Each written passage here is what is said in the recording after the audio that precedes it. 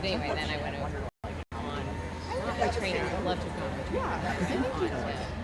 I mean, that must have been in two, like, yeah, early days there. Especially like their cutscene. It's like, it's still out there. Like in 2018, I think it was out. It's, I think it's there was one place to stay. And it was like that shoot. When they start going, Stay. I didn't care because we got to. Yeah. so you could also,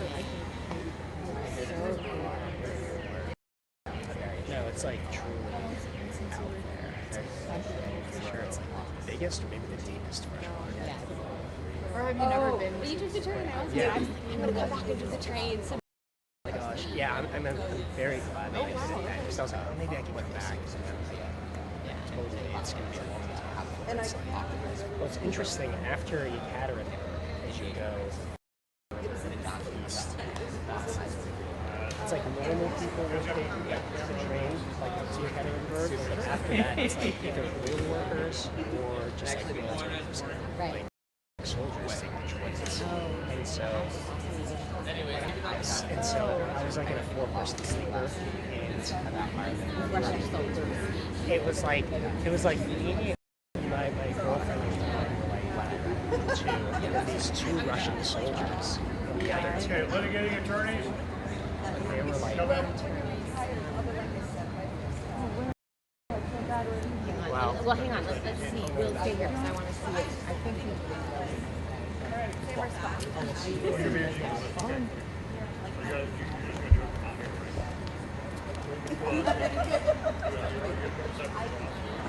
That is fun.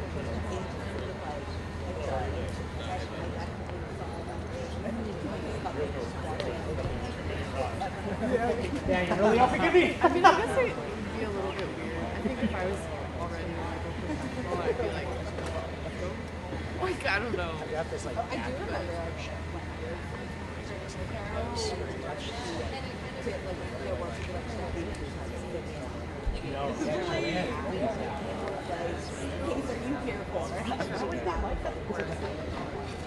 Yeah. You're like, Seriously. Yeah.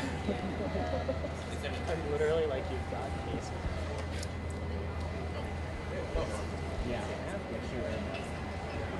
Hey, how are you doing? You guys litigating attorneys? I'm also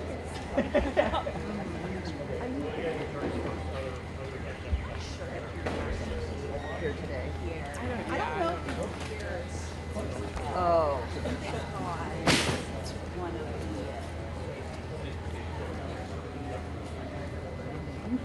the Colorado guy. the Colorado guy. Yeah.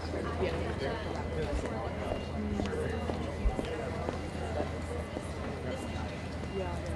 Are you,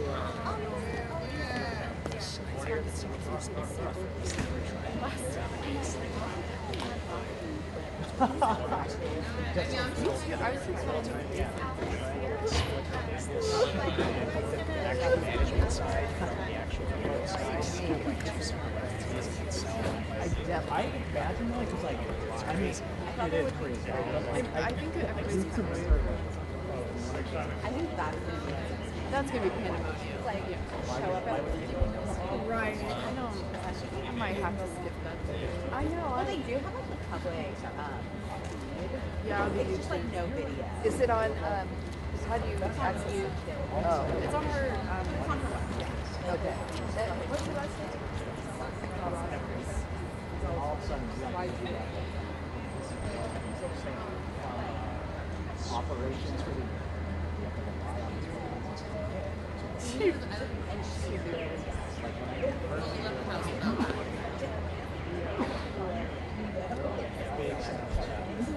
yes, my first year coming in was falling apart. What is happening? Yeah, because like I always like. Well, it's like go. Yeah, I think so.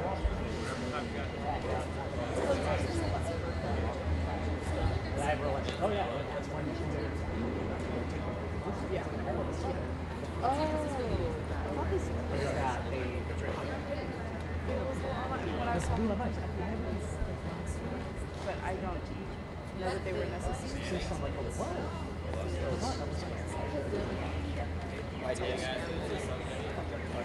Like what?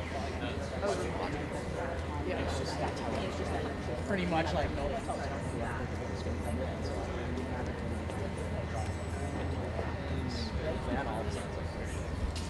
Really sit on it's really cool to hear. Just like He's just here to like record today and is like, I think it's right.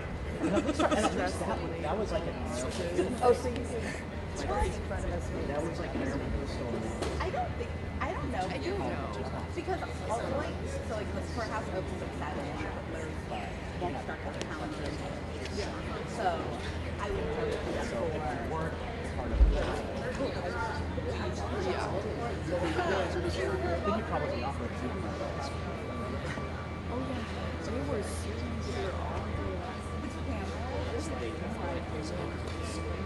it's interesting. It's like it has to be run like lawyers. lawyers like don't they're like I don't want to think about I business. know. I also That's don't like want they them need to like absolutely. like It's so outside funny during because the it's morning. just like oh man. Pounded upon That's why so many of these like I just can't have this go anywhere, please. really Yeah. me counting. I saw all the Yeah, you know, I guess it's like they don't get they did not. are they looking for somebody to interview? Is that No. you just don't want to be walking by? Yeah, I didn't want to like time my exit. you know, or something like that. Like it's like I like friends. This comment.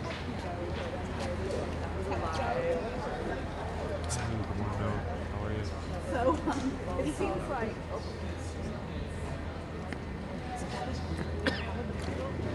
they have limited room. They have limited room. They have a limited size. I don't know how much.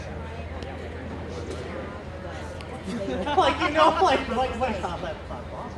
Lovingly. I was intrigued by this this is fast.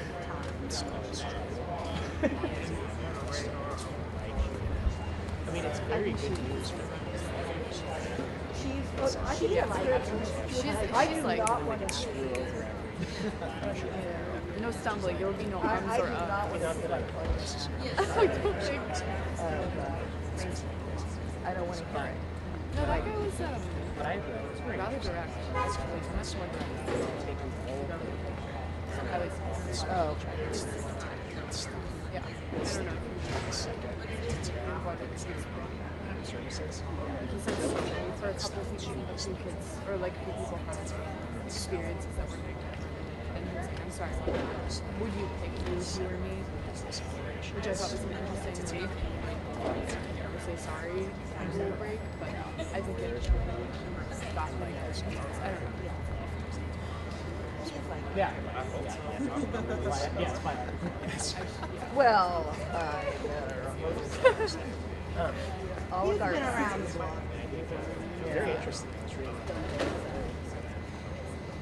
yeah. Luckily, like, oh my god, what is that?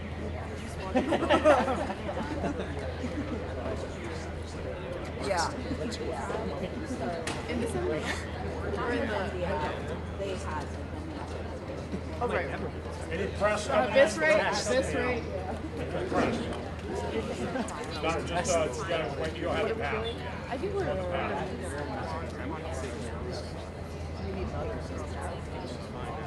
Every electronic house goes into yeah. I have. If you have a card. What kind of clock are you when you're not here observing? I practice. Practice kind of like.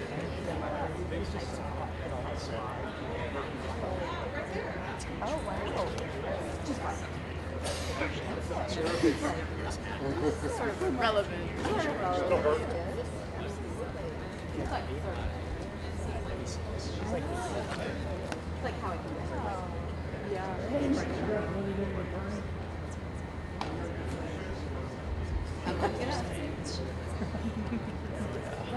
I'm just kidding. Like, we don't have to be. Well, they say, not me. Not me. I'm just here. What is this? I'm just here to watch. These are my. Well, we almost got here. I just like used them. I mean, we were like, okay. We were like, No, I'm just really we're like, excited. if there's an overflow room. Yeah, just in case anybody needs them. I just want to be helpful. I just want to be helpful. Sort of, yeah.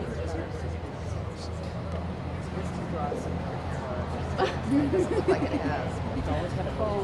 I haven't been to a city council meeting in so long. I think since I know.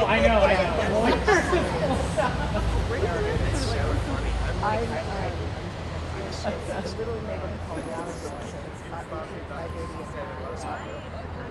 and excuse me, okay. it's a straight shot drive. I would take the bus, but they weren't usually yeah. In which case, I didn't know what to expect. use AI and stuff.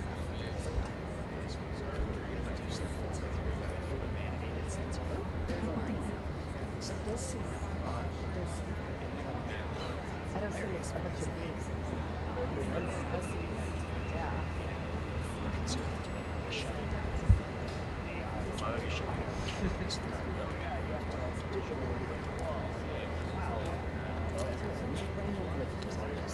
Any litigating attorneys tonight? No?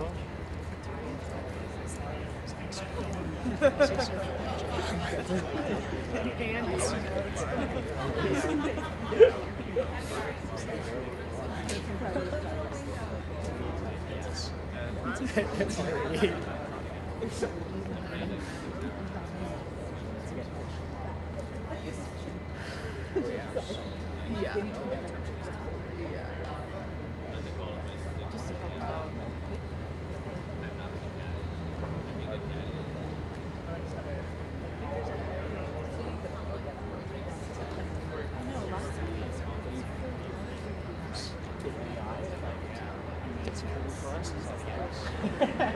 Change over. I'm not sure. Yeah, sure. Everything's like this. I think they are. I think they are. Like when we were here, and it was not that crazy for mine. Like, there's nobody here except for So yeah. But they like as soon as they went in, they were like practicing whatever, trying to Is it spotless? and then they're You know, like, but then in the head, it's like, I don't they know, were maybe this promised stuff a room because there's so many of them, and they had all their boxes like and so they took them to. And that's kind of where they. I don't think they. there's like they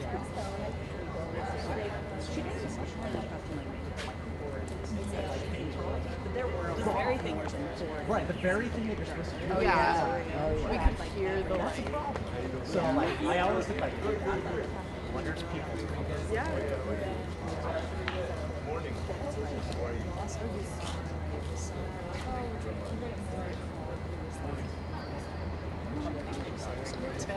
They said no computers. No computer. Yeah. I know. That's what is I've sense over here. Is that for I'd like give it up notes. the guy who's been setting up all morning? I know he really has just been like taking things out of a very popular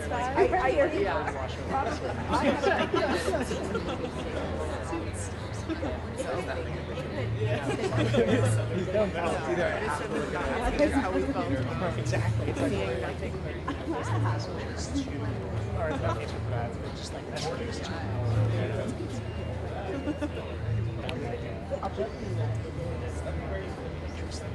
to be mad. It's going to be a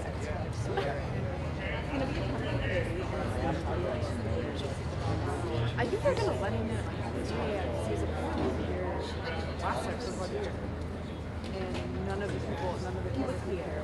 Yeah, he was here, but like he entered your back out. Like he just got here super early. They opened the door. I don't think when. I know. There was some. Yeah. Yeah. It's like,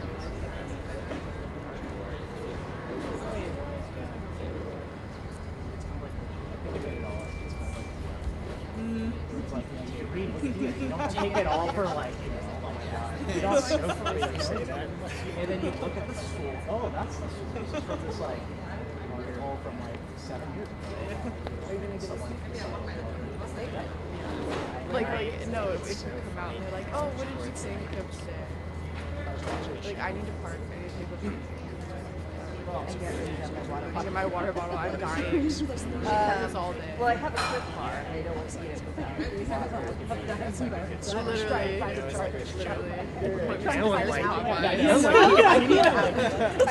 This is Guys, is that generator?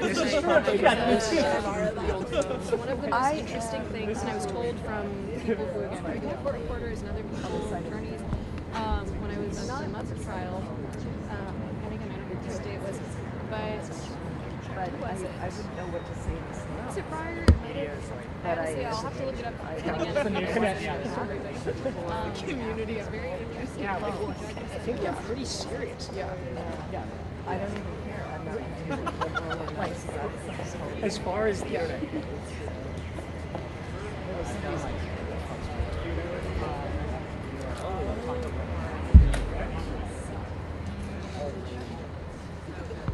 Some of them, I mean, some of them are on restaurants. Some of them are. Yeah, I would be surprised. And like they're all, they There was, all yeah, like, there was a baby last time with like boxes. They kept falling off. He was very stressed. He was like, I got here early and I can't believe you freaked me on a Thursday. I was like, I'm so sorry. I'm so sorry. He was like, I "Is get it a gonna pass be because like I'm old. No. I don't. They're not gonna. And then I don't know. Would you? You're saying you would? absolutely not. Absolutely not. I don't think they're gonna. They will not be. I didn't even consider that intention. I mean, just how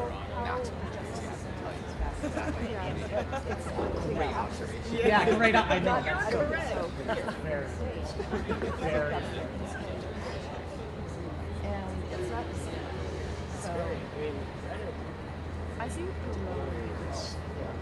I think she has a weird like it's like strict runs it yard, but I think she also is I'll go yeah. how old is she? It was really hard to actually. She said it. She's 4 and a half maybe. Yeah. Good surfers. Yeah, she made it. They're surfing. Yeah, they're actually surfing. Yeah, she's like, I can function. She was super so my daily review. She was like, I'll take out my So like, then I'll just be like, I'm trying to figure it out. She was like, I'm not remembering. Yeah. It's like divining things, just like. But she's not Just like say this. yeah, no, I think she's I can imagine I mean, maybe not. well, she has so many. Discern what's right. she's Epic Games was hers, I think. What was? Epic Games, it like Or like board games. Honestly, that's like.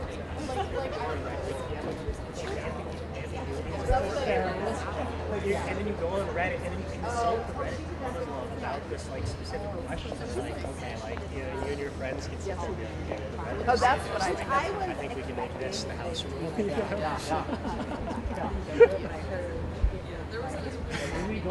yeah, that makes sense. Oh. But I also feel like I feel like people got really strong feelings about Yeah, that You know, like it's just and even on online stuff, there's just like yeah, she does. people will use it as another immediate responses. say stuff. I'm sure. Like so, if that's the common response for everybody, why would we assume that's going to She believes in this process. Yeah. She wants to protect the jury, and that's why she's so upset about students in the room. But I think she wants to attract a concern public. I do think I think she was. it's a lot easier. Yeah. Yeah. Yeah. Exactly. That's I think very most specific. people, if she can believe herself, I think she's very part. Yeah, it's like, Yeah. I mean, how can never work with this is like all very complicated. Everybody else is probably looking at me. And paying attention and not going to the stuff that say, like, Maybe not this I per can have this se, thing but generate me a will like that. You know what I mean? or people And it's like like- I think it works for I still Yeah, they'd like send us stuff from Tragic. They'd be like, "Oh, I got this email from the school. yeah. And this is what I got out." And say this. And me and my caseworker would be like, What did they say? What were the things? I think it was just like for like your kids, because a lot of it's like she knows. or like D&D.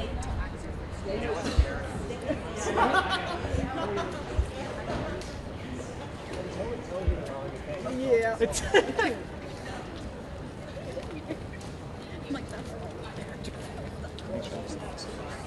Do you need my help in there? Yes. Okay. Oh, okay.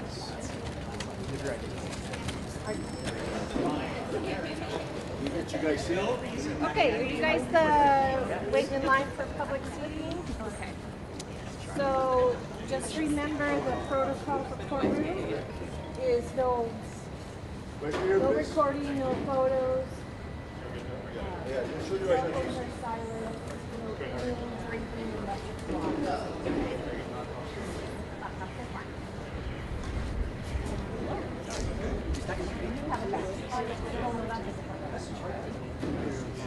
Already checked,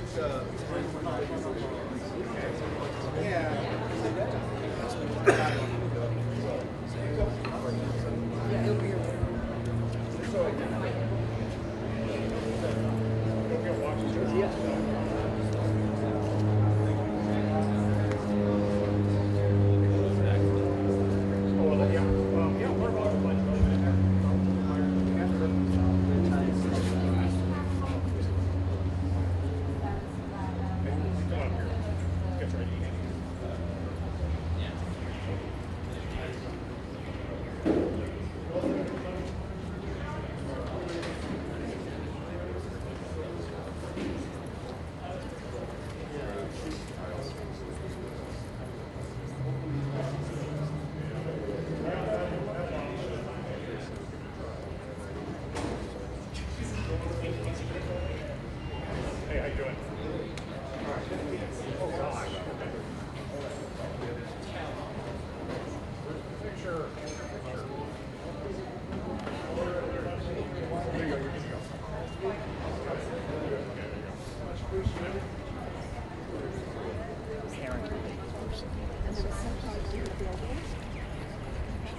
But I'll send you an email. And by the way, but they felt, I think they felt like the rally was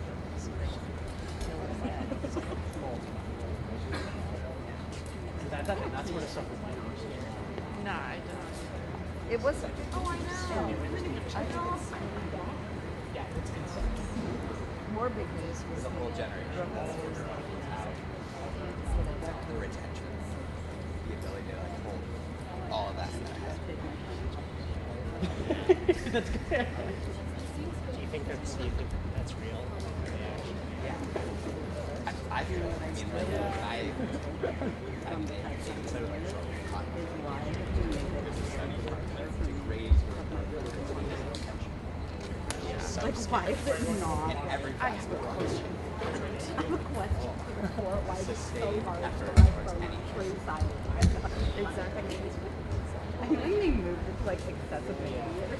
I'm like, why would it be there? Or like it'll show you some sort of That's focus midday.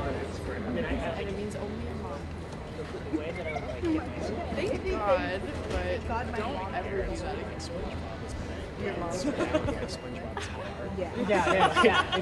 But now I'm like, maybe longer it's longer. Yeah, but I guess maybe that could be the opposite, where it's like actually, yeah, like the fact that SpongeBob is made into Why the not? realm of like this like big, amazing, you know, you can just watch the whole artistic form, yeah, where it's like, you know, like actually maybe it is worth being learned. She like. Is she gonna marry a fox?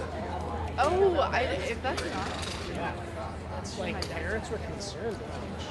And now I'm like, the show is so good. It's so beautiful. Well, you know, it's like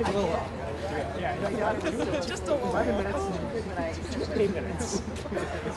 I have to do like put on the 2 hours. Yeah, 2 hours. That's true. I guess like, I didn't think about how the courthouse. So I said it's a little.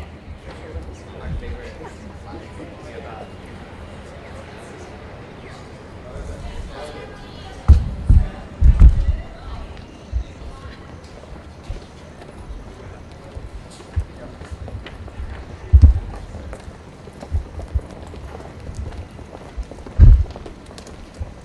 You guys come on, get your IDs. Go over here for me. Get it out the locker. Make sure everything's good. All right, good. Way out here. Once the boxes are clear, you can head inside.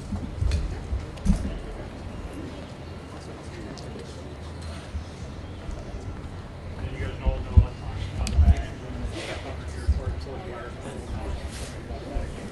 Jacket, belt, watches all come off. Got it. Men's shoes usually make it, so yours won't. They made it so far. Yeah, so far they made it. Knock on wood. When are you going to start with? That'll do. Yeah, I know, you never know.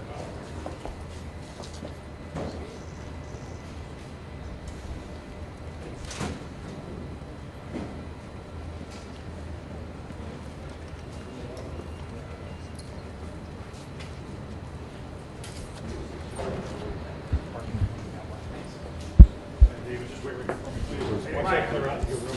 Yeah. All right. You guys can't block the jury entrance. You gotta leave that open. Miss Klein, how are you today? Just wait right here for me. Once I clear out, you can step aside. Morning, how are you? Good, how are you? Thank you. Thank you so much. You're the last one in the group here from me.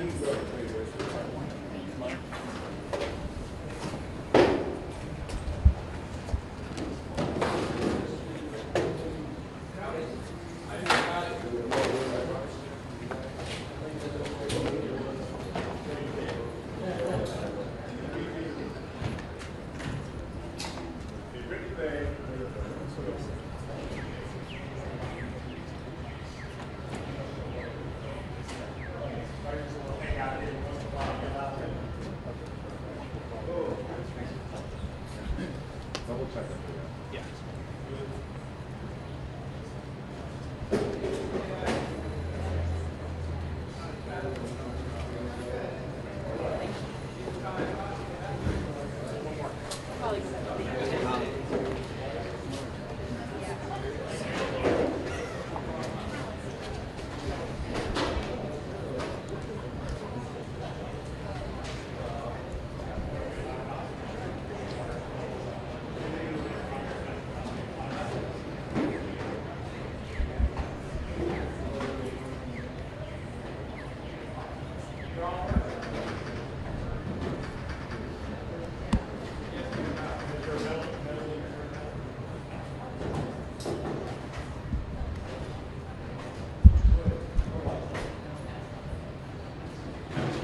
Who's next?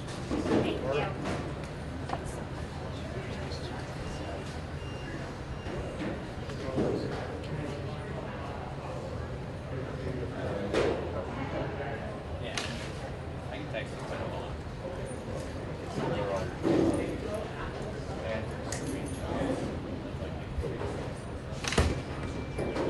Who's next?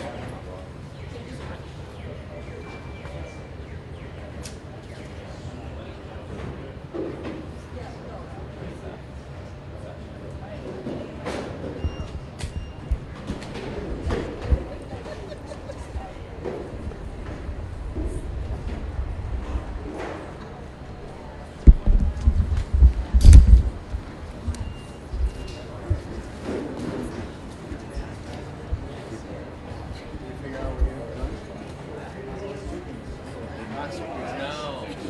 No. He's like a mile away.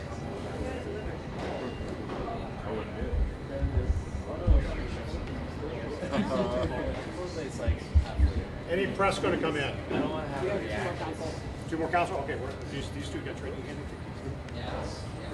Five. Right here. Actually, you're ready up there now.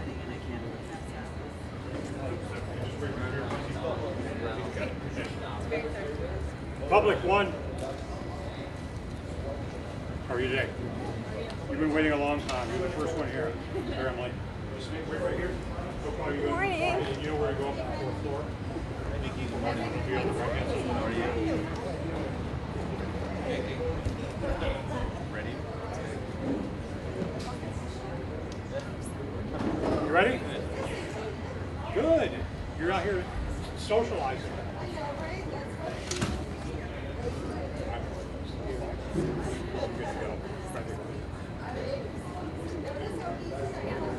Yeah, it was way better than last time. We kept getting stuck in it.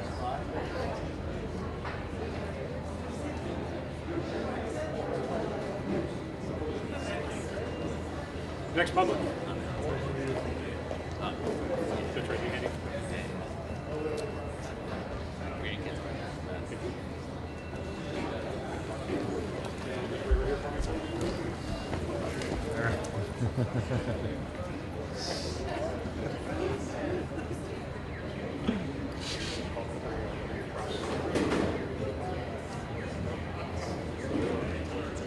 This is way better than the last one.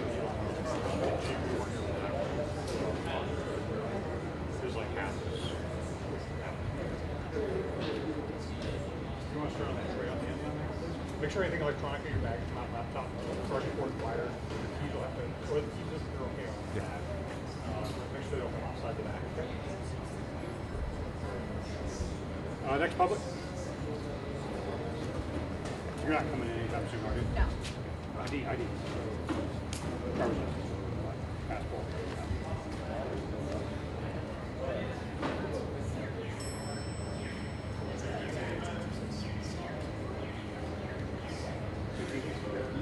We're right here. Once he calls you in, go get you. Okay, do I need to pick up my bill? Yeah, belt. Yeah, anything electronic in the back is actually flat or digital. Wire, that includes wires, chargers, portable mouse, anything like that. Laptop. Flat and bag can go all that. Just double check your pocket tips. Oh, you do? Okay, on your knee or something? Okay, so your shoes will have to come off because they have to run off. So just tell them when you come in, you got them. No, that's fine. You can go there. Start on the bin on the left. Okay. Okay. Oh, okay. All right. All right. Dorothy, you want to come in? How are you today?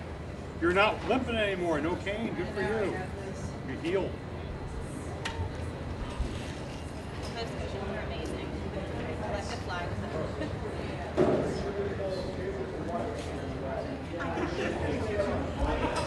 There you go.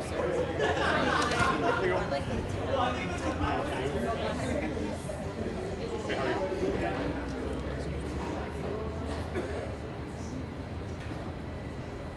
Yeah, they've already given out stickers. Yeah, they've already given out stickers. Yeah. Are you public, right? What are you public? Oh, media. Did you get a pass? Okay, so now you have to wait in line. But, well, she's already gone. You have to go, when she come in through the line, you can go up and ask her a question. I can't call her down here. Okay, that's okay. Thank you. You know, you have to have ID. Yeah, you have to. So if I have one of these, can I go back and come back? Yeah, you can, as long as you have that. And just go get it. Yeah, we'll let you in if you got your actual passport or car. Do you have any other form of ID? Driver's license, passport, driver's license, ID card. Yeah, you have to bring it. But you can come back. As long as you have the sticker. Exactly.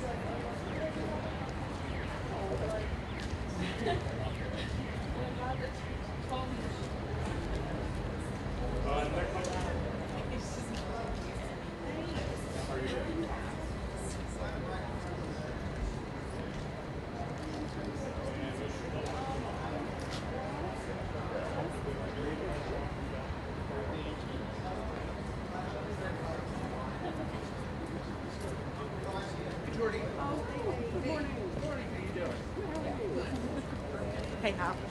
Yeah, anytime you just come right up. Okay? Let them know you're adjourned.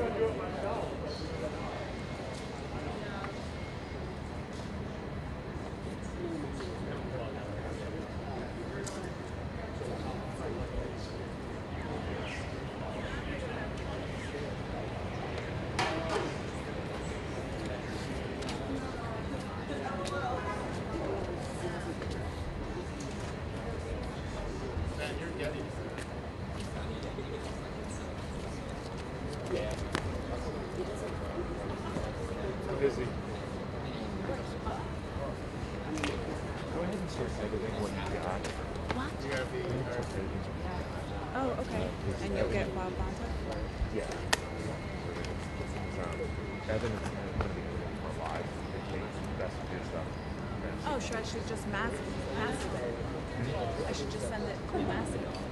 Or just send a sequence. A sequence, the best of stuff that you got.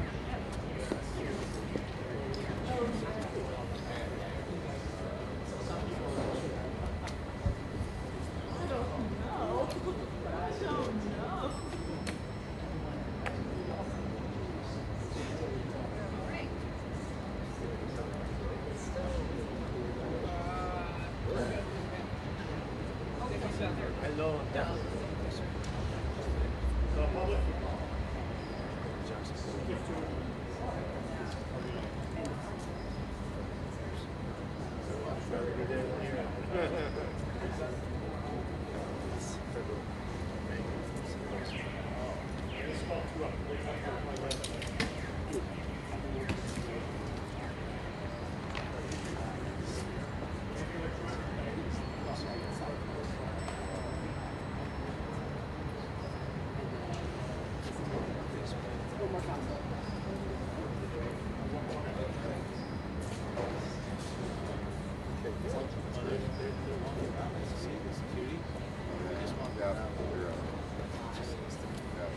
Dude, the security just walked out.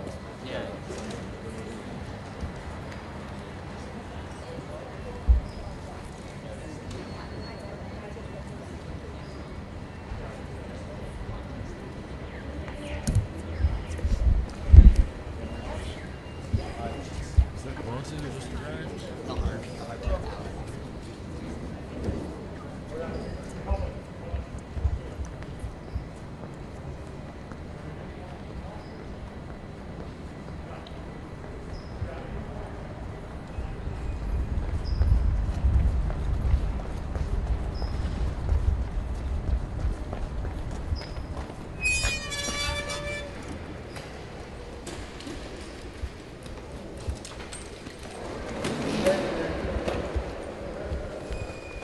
Have a good day.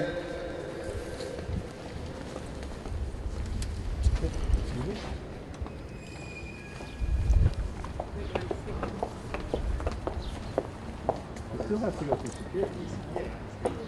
They just walk in the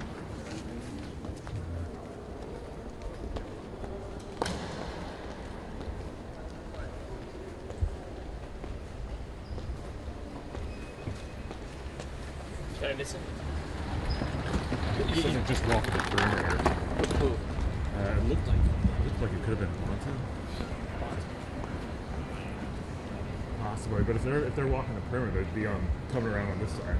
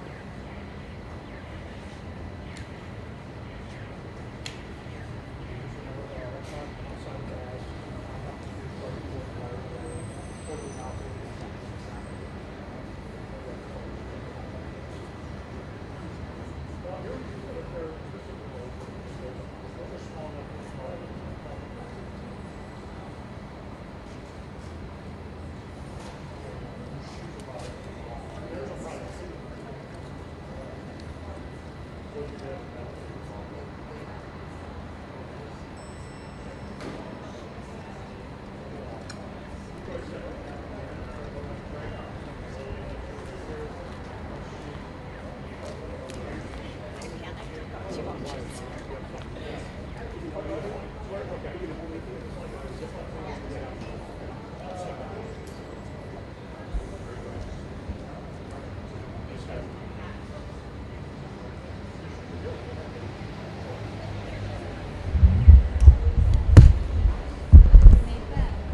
you want the Kentucky AG putting on his belt? No, right? Yeah, why not? If you get a nice clean sequence, it's a clean focus shot. Yeah. Part of arrivals.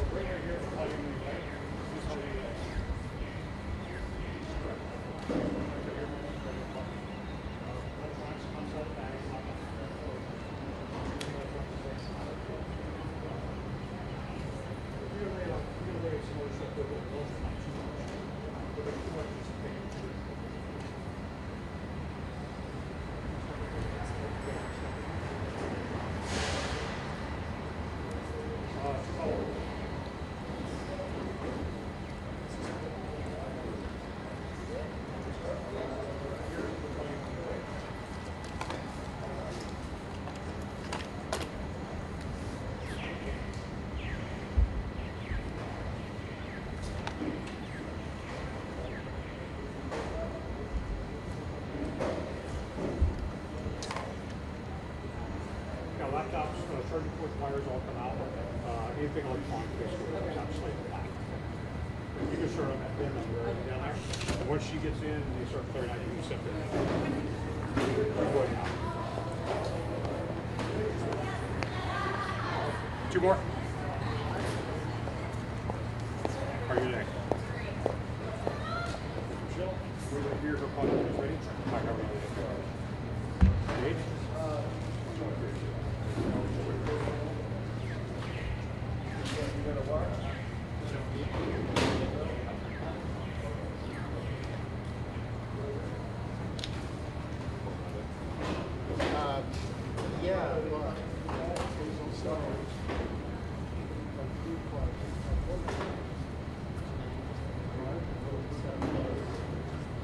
For your juror,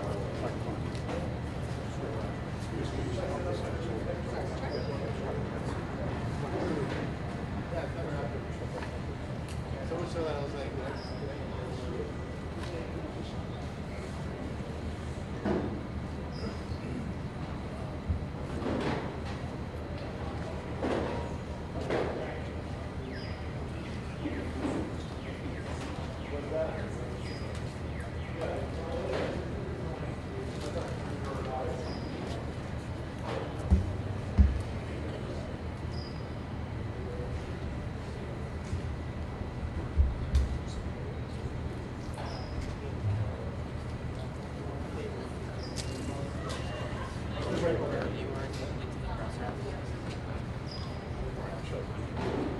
Jay, you can come in here.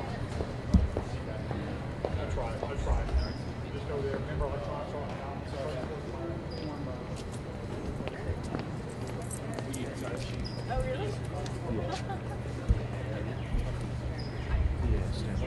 Okay. You called her. I was going to say, I thought I did that.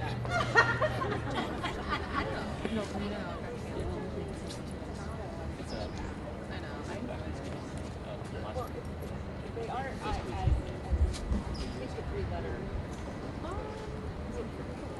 Use my middle name. So they are. And I did that before. So I there's the parallel to me. Yeah, you have to add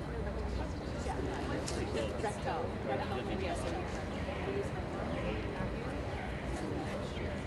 So I think I would yeah.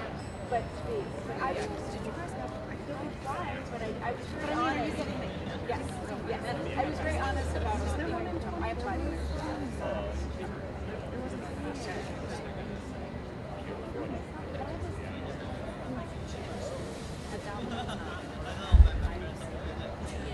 And I think there's going to be a lot.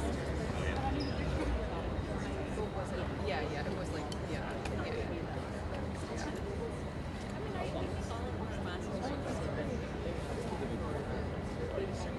Yeah, that was, that's what I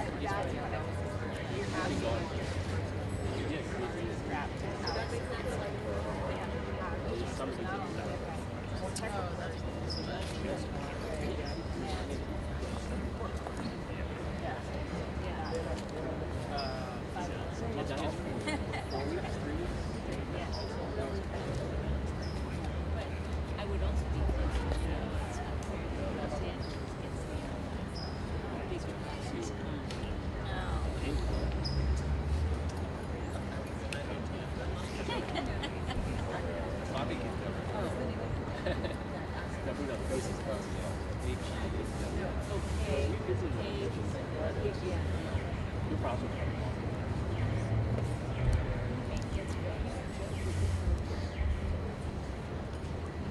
This is the basic acronym.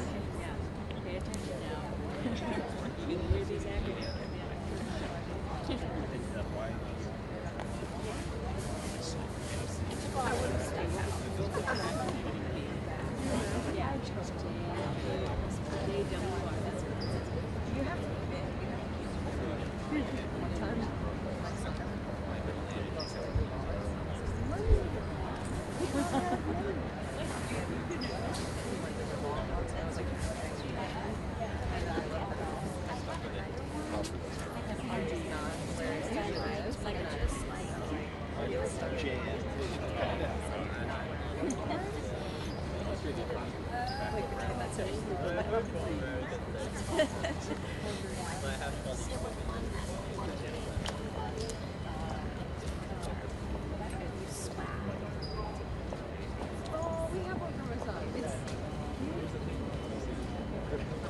Yeah.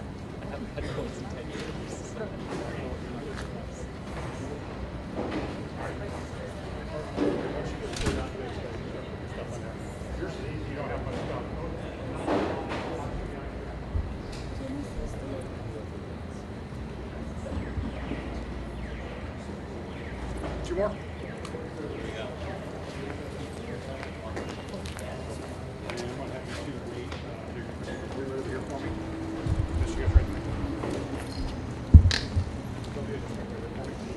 Hey guys, how are you?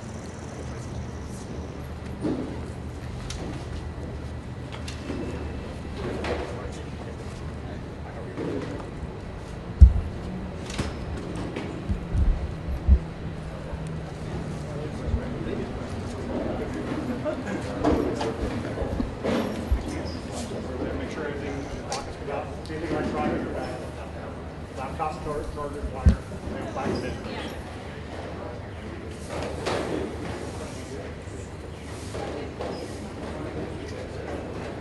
And if you guys are ready, come on up.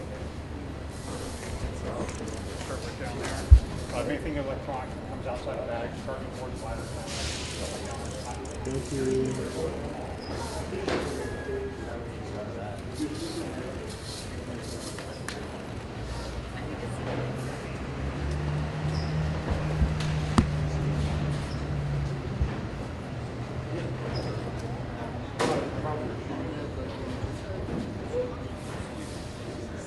Yeah, sorry about that. Sorry.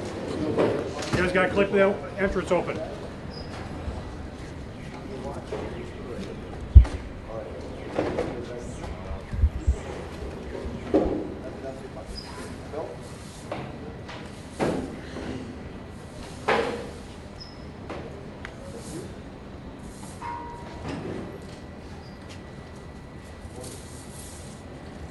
Two public, come on, two.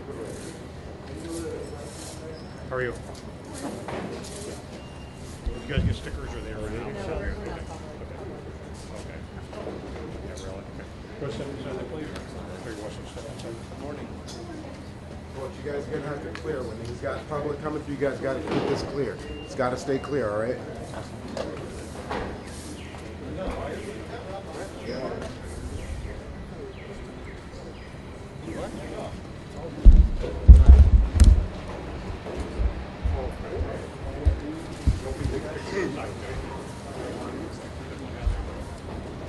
You guys press? Yeah. What do you have? Public, did I call any public up? Did anybody hear me call public up? Don't come up until I call you, okay? So no, I didn't call. I called two people come up. Are you pressing me? Media. Media, okay. Wow, that's good. Sure you're media? Do you have a press pass?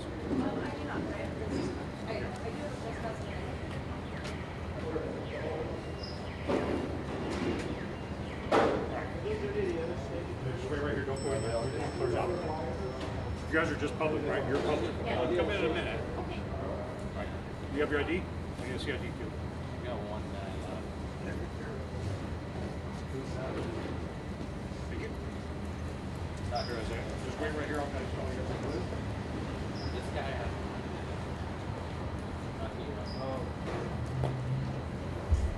I thought you said the big guy was So media people, if you need to come in, like tomorrow or whatever days you come in a little earlier. Get in. Because there's a big gap where you guys could come in way earlier. So, like, we open at 7. And then there was, some lawyers came in, but there was a 10-minute gap where hardly anybody. You guys all could have come in then. Well, so if you guys are media and you're not, you don't have a pass. Yeah, but you have a pass. Okay, so you do got to wait. You have to wait, okay. But if you had a pass with the clerk ahead of time, because they have a seating for public, seating for media. I couldn't get my bosses to commit me to 6 coverage. Are you media? No. Yeah, media, do you have a pass with clerks? But you're saying 7 a.m. Do you already, with the clerks, you're cleared with the clerks? Yes. All right. I'm sure you're drive ID too. Yeah, you can come, okay. That's okay. Here's Jordan. And just right here. Oh, not yet. Wait till they clear out. my hand steady. This isn't bad like the other one. Yeah. Oh, I know. Do you have to have it with you? Doing the list. Or do you have a card with you? No, okay. Yes, do like no. No, your driver's license or passport, whatever you have. Are you media? Or you're jury. Sorry. Just wait right there before you forget.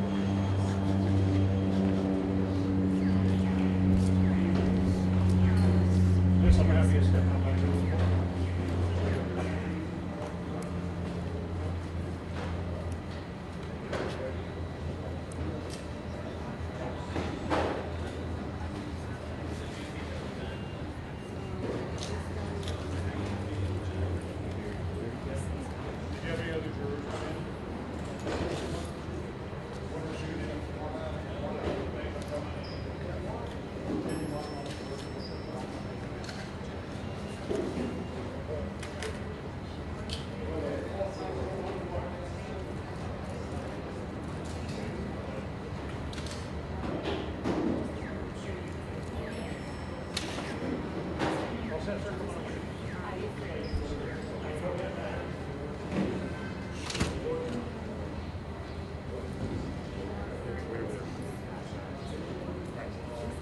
Where's your driver's license? You got a driver's license?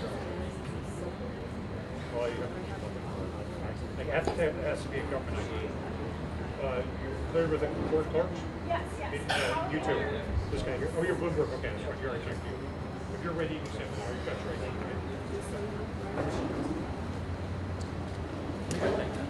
Just have, for next time, just have your ID ready.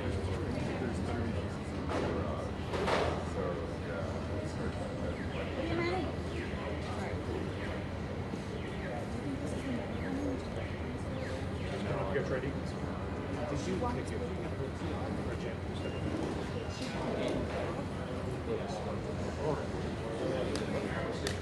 remember electronic off outside the bag, like flat bid, parking for drivers, stuff like that? I don't think she's coming. Okay, so we're doing this. Just his back, but then he like walks over.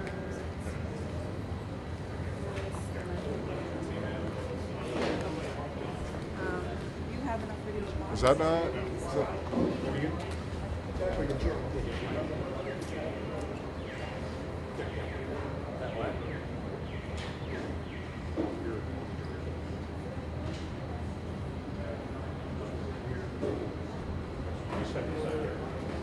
Just wait right over here.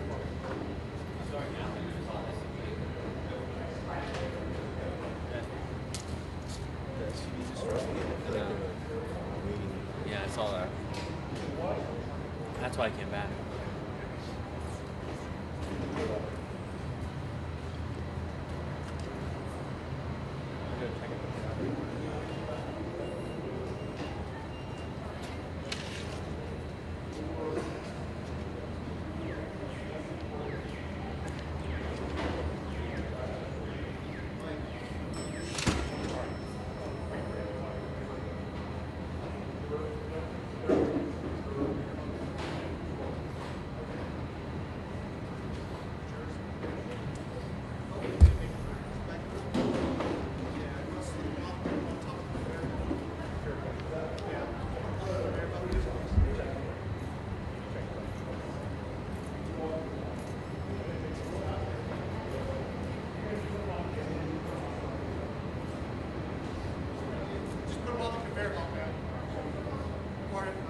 Jose, she's going to put her shoes on the conveyor. Okay, no problem. You just wait there. Just wait right here.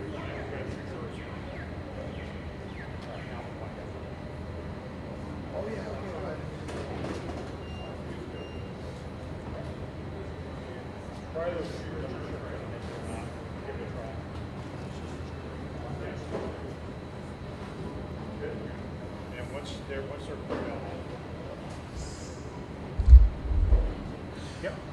Two more, public. How are you? You can go ahead and come. Hi, how are you?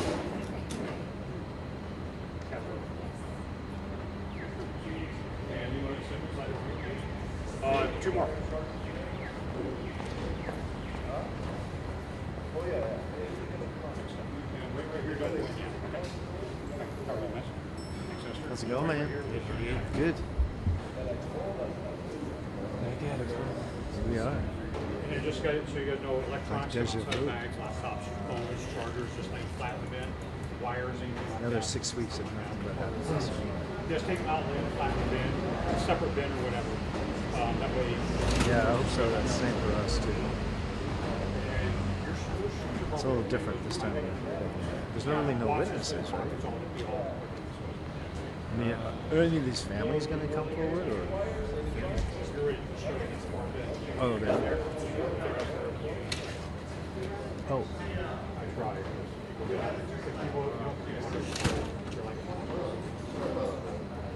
If you're ready, you step in and take the tray right there. Media? You were here for the last trial, weren't you? Yeah, I remember. Yeah.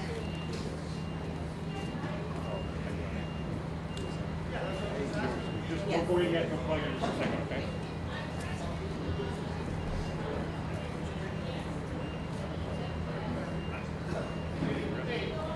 Don't go in yet, just turn right up here for me. Are you media? Oh, you're Attorney General. Okay, yeah, right. Thanks. How much stuff do you have on you? A lot of electronics? Morning. Do y'all have the info for the 9 o'clock press conference with? Okay. Yeah, parents and youth advocates. We're trying to figure out exactly where, but it'll be in this square, and we'll come get you guys. I think at that point the jurors will all be in, so we'll get set up. So 8:30. Yeah. Okay. Great. Thank you.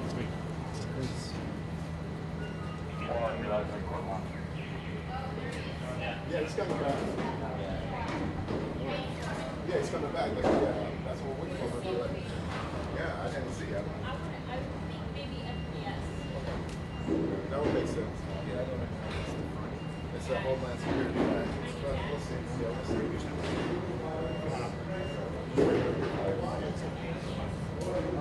How you doing?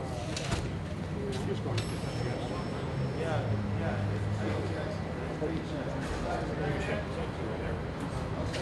Hey, sir, how you doing? Sir, right here, don't go in yet. Press, you have your ID handy. Who? Mana. Are you guys both cleared with the Get to that fellowship in LA. You have a pass. You can get it. Did you get a... So electronics come outside of bags, laptop computers, charging cords, wire, lay them flat inside the bin. Portable mouse. You can take them up there. Yeah, there's no photographer or anything except just have to, it's just has stuff on the X-ray. How many miles are there?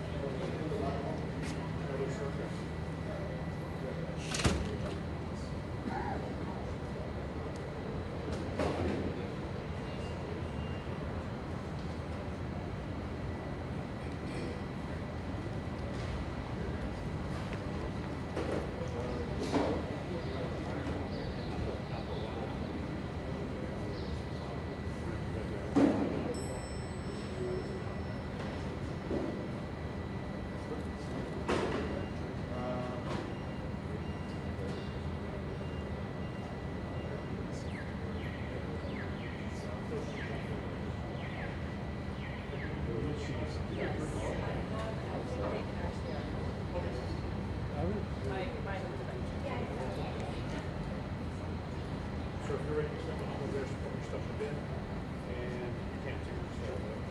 Start loading the bins up. Don't forget all electronics and all that.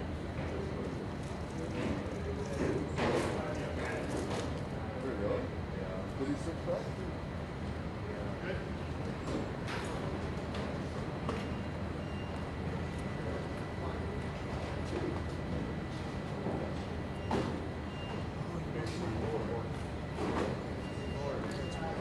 Got charges too.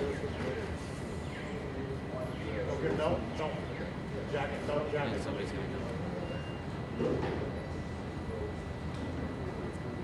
come. Two public? Put your IDs handy? ID, driver license? Maybe the Instagram. Or passport, whatever. You have your ID. Instagram. Oh, no, you have to have the driver, you have a passport? No, you have to have the cards. Yep. Yep, can you go get it and come back? You guys can come back. Yep. No, it doesn't matter. You have to have a card. So, all right? I'm sorry. Yeah, but it doesn't matter. You have to have the card. I'm sorry. That's our rule. It's a building rules. How the federal government works. Next public. Hi, sir. How are you today? Good. Okay, step right over here. You can step aside now.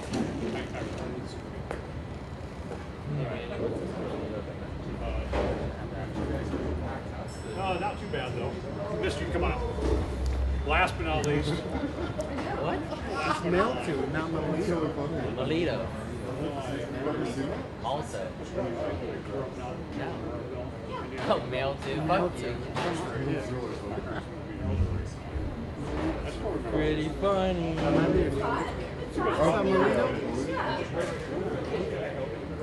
Oh no, there's been well documented. It's one-way relationship. Wait, you guys already started? We're just continuing what you started last time. We act all nice. You ready? You know what? We never had an issue until Dodo came and started some shit. Now it's my It's not gonna happen. Dude, I'm like 5%. You might be actually. So we need the proof first.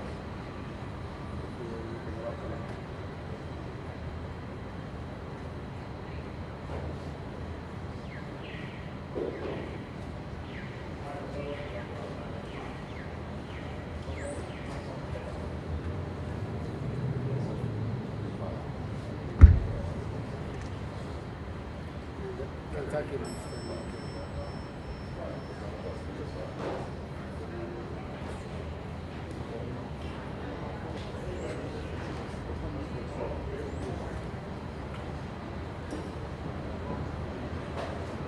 Maybe let's give it to Alabama.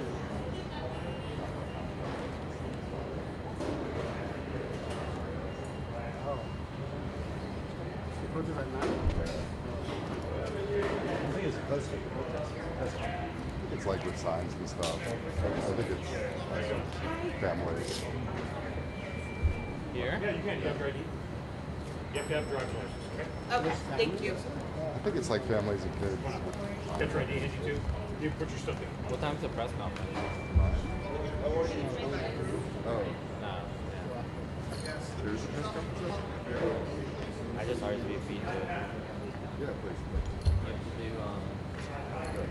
You have to do, mail to. You have to mail to press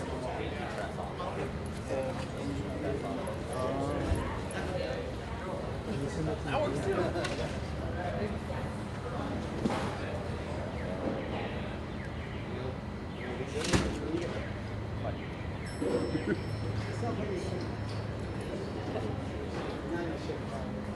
Ain't gonna shake that one. Ain't gonna get away from that one. Oh man. It's 2 o'clock today. I'm not sure what that is. But it's not here. Is it at Hot Boys? Really? I know where we're going.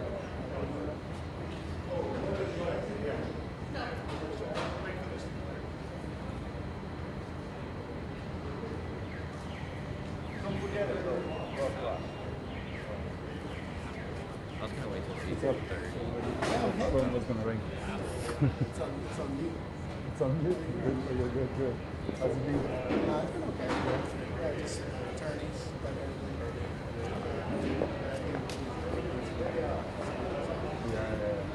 Sounds like it's going to be some protesting. Yeah, you guys joking? You know? I think it's here for different. Oh, okay. Yeah, I didn't know the DJ was coming. We covered different instances. This is the everyone. Yeah, the watching don't come on. I'm a slow filer, so I gotta get my head started. Yeah.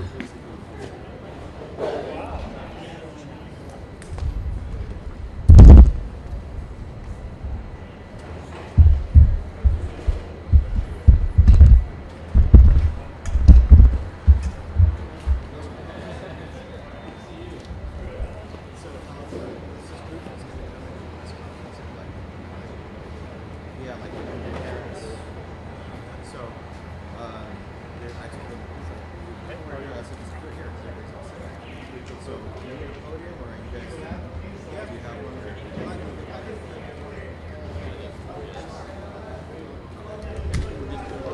That's what I just thought. Everybody's ready to do that. Your employee, you go on. And then just put that in. Give everybody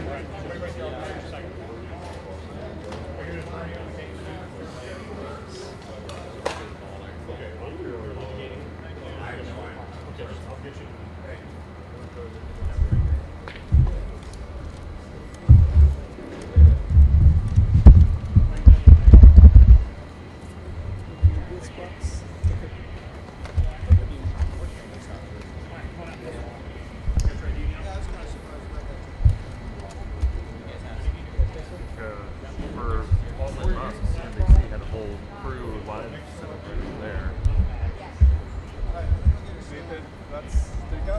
Yeah, there's a press conference at 9 with families.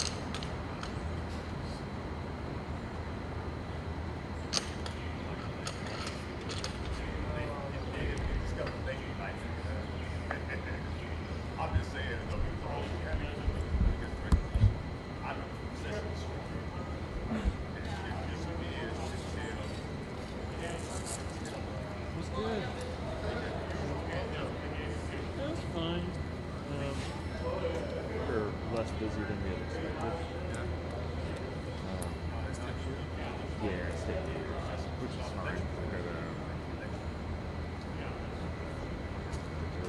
See my kid every day. And you know, it's like Australia was based here, so I got to cover some trainings and stuff, but like because there's no powerhouse, but so there's like no pressure of covering them, so it's like it was kind of nice to just cover them. And, I could file another story. Just not the same. Did you just stay in LA?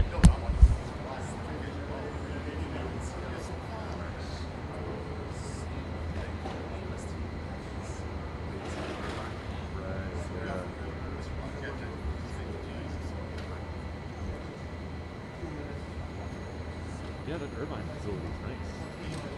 Really nice. It's like, yeah, you know, no wonder why it's so expensive here. Thanks for facilities like that. Only the rich people can afford that. I went down once. It was like the very opening training for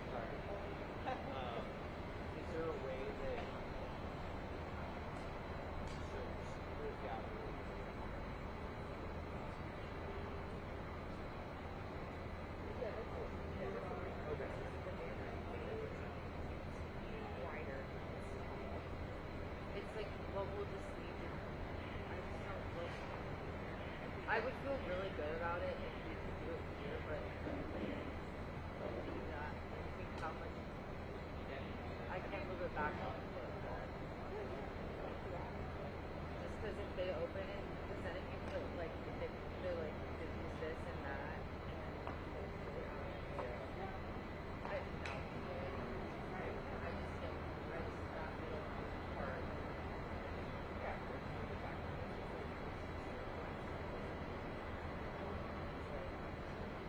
Because then that's it. And then it's like it's up here.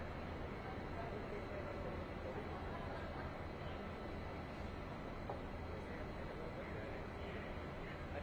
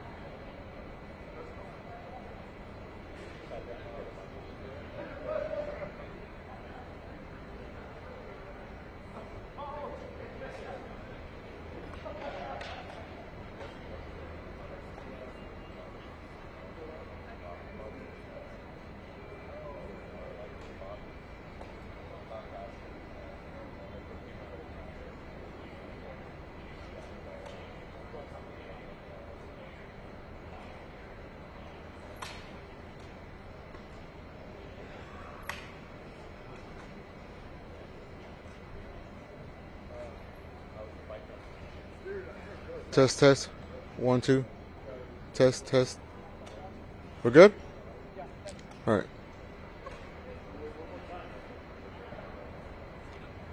Test, test. 1, 2. Test, test. You hear me not? Test, test. 1, 2, 3. 6 times 6. You hear me? Juan, Juan. Good? Test, test. 1, 2. Perfect.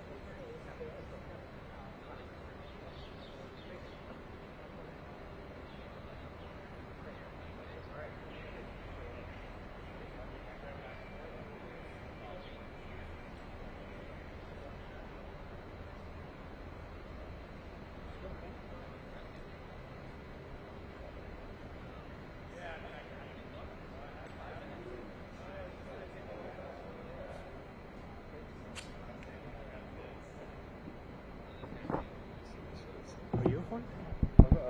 It's like a, no way. It's a love, but it's beautiful. Thank you. I'll see if this. You think some things wouldn't be breaking all the time? Like they're like, I gotta drop off my kid.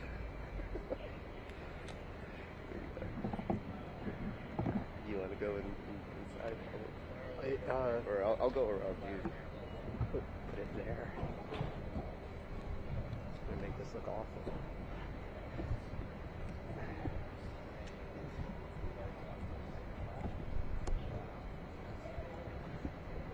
You think that's stable? Yeah. Better than that. I was looking with the clip, and then I'm like, oh my god, that's gonna like pop off right as. Hopefully, it doesn't get emotional. Okay.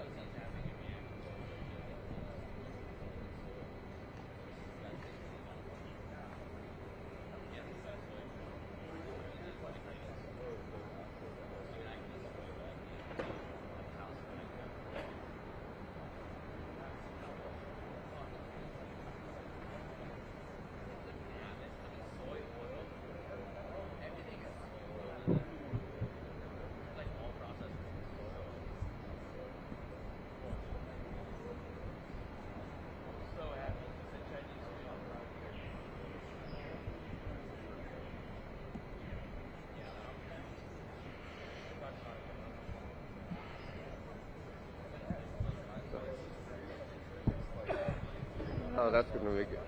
How can I put that? I would put it right there. Yeah. Yeah, yeah.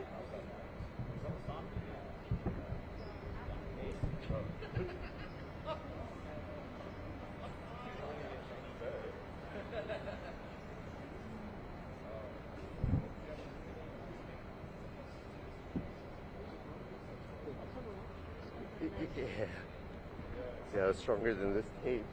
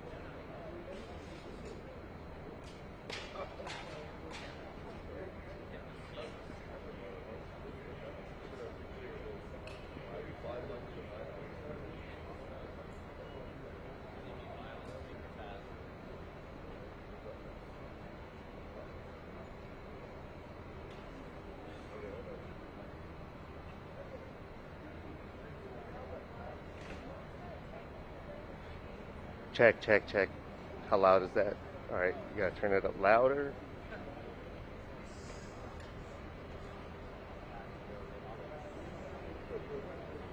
Check, check, check.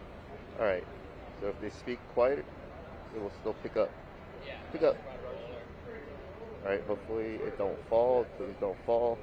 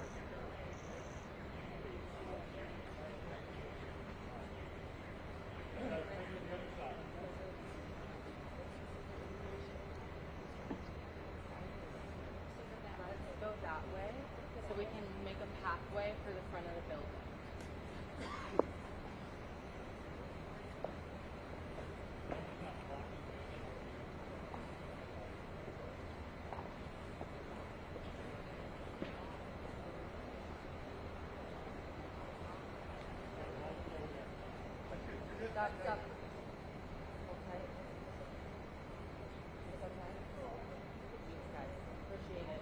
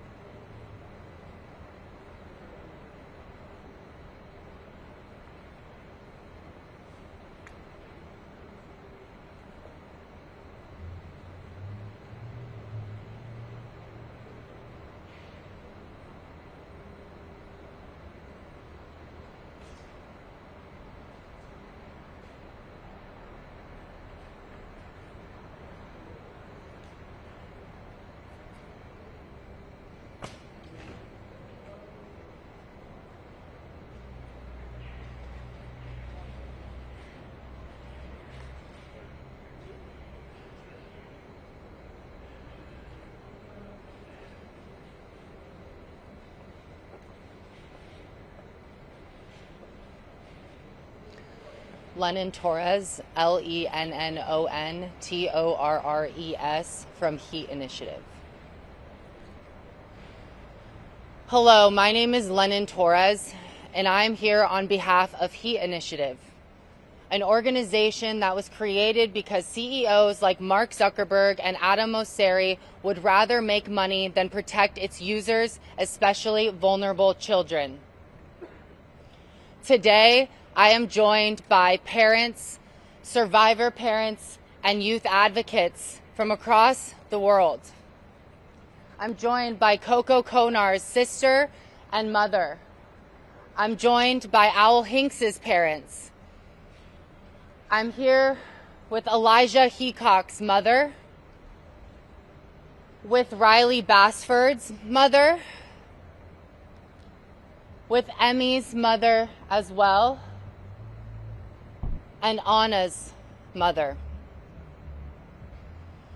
Behind us, justice is going to be served.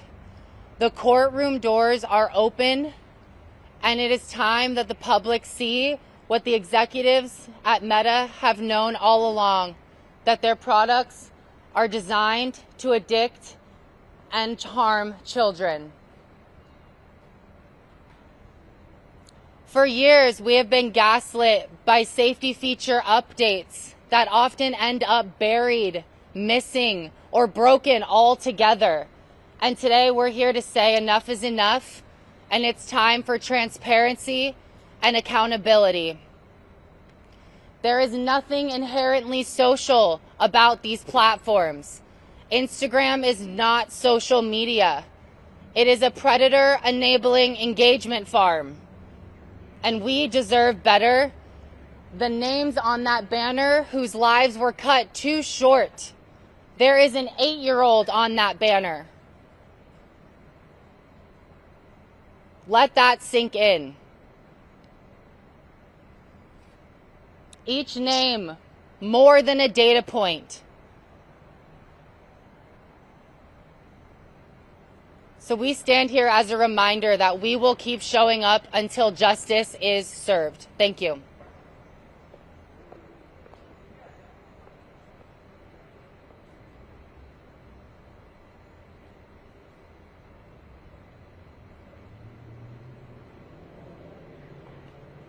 Hi there. Good morning.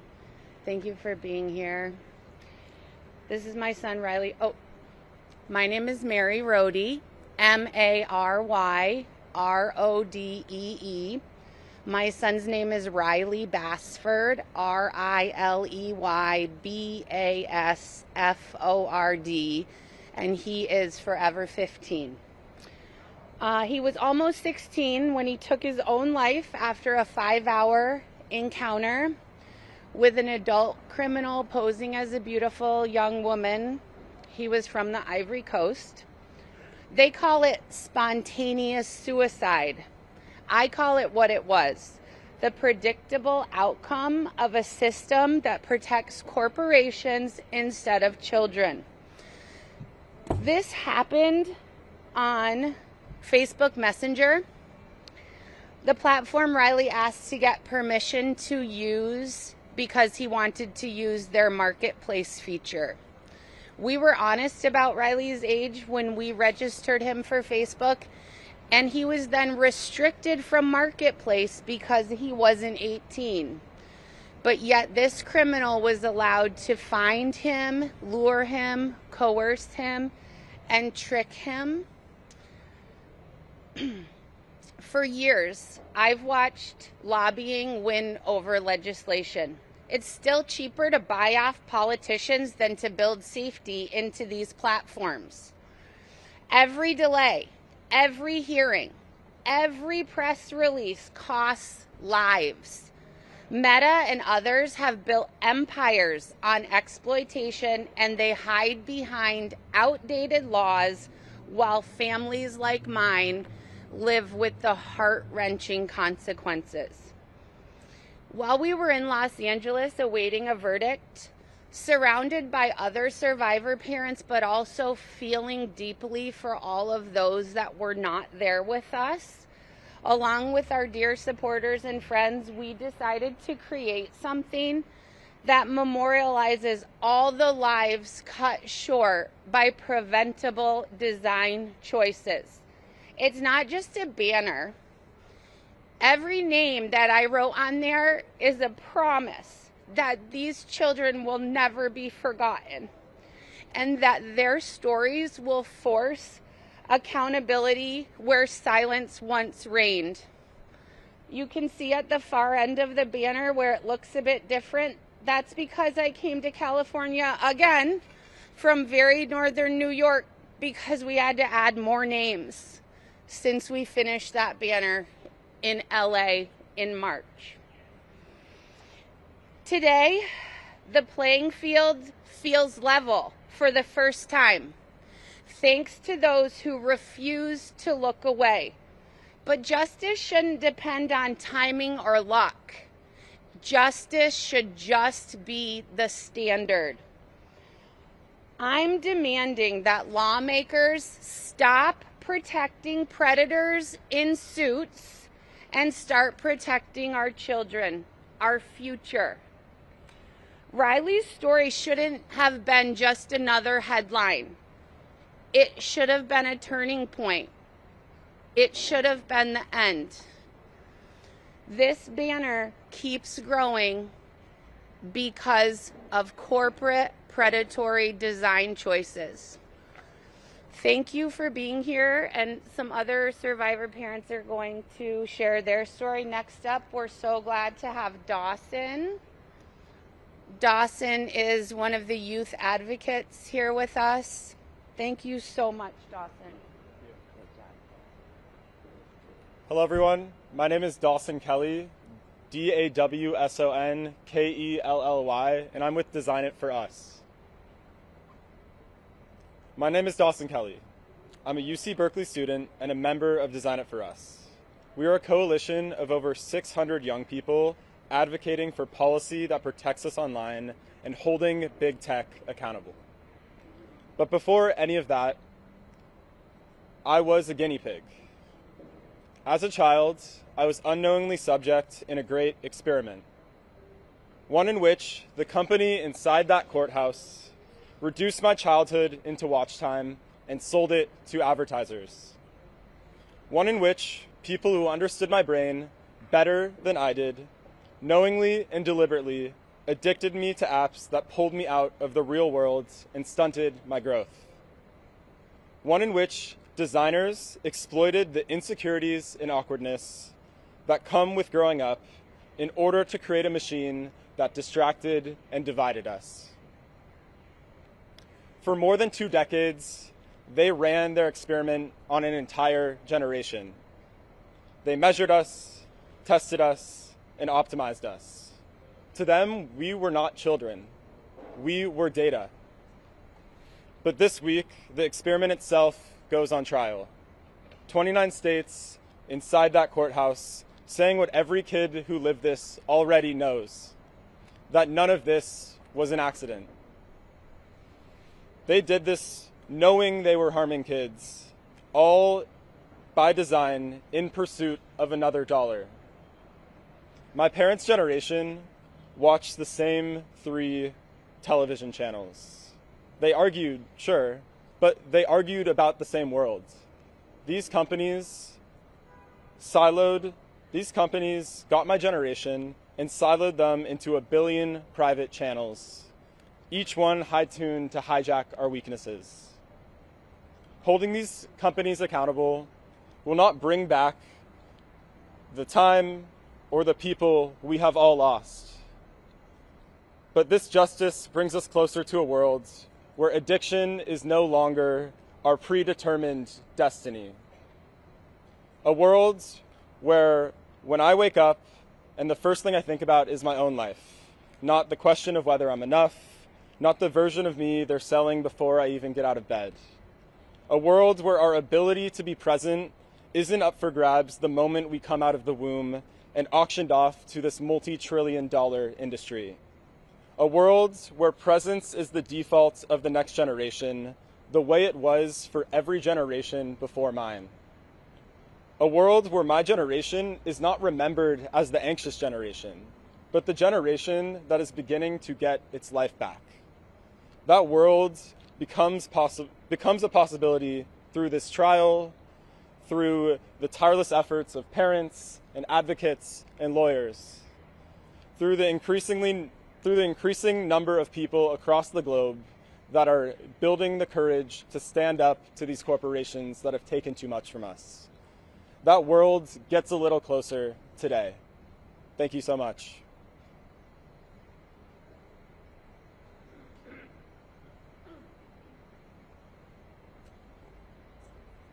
Good afternoon, everybody. My name is Josh Lowenthal. I'm an Assembly member. I'm the Speaker Pro Tem of the Assembly. I represent Long Beach. Last name spelled Lowenthal. I'm the lead author of AB 2 and AB 1709 that are moving through the California legislature. And I want to thank the parents, the survivors, the young people that are here, standing here together today. It takes some extraordinary courage to relive the unspeakable pain here in the public eye and to turn grief into action. We see you. We hear you. We're inspired by you. And we're taking action. I'm here not just as state legislator today, but as a father of 3 daughters. And like so many of you, I live this every single day. Every day I watch my girls navigate a digital world where platforms are running a massive, uncontrolled experiment on our children's minds, optimizing every scroll, every notification or engagement, not their well-being. And we didn't consent to that experiment. Our kids didn't either.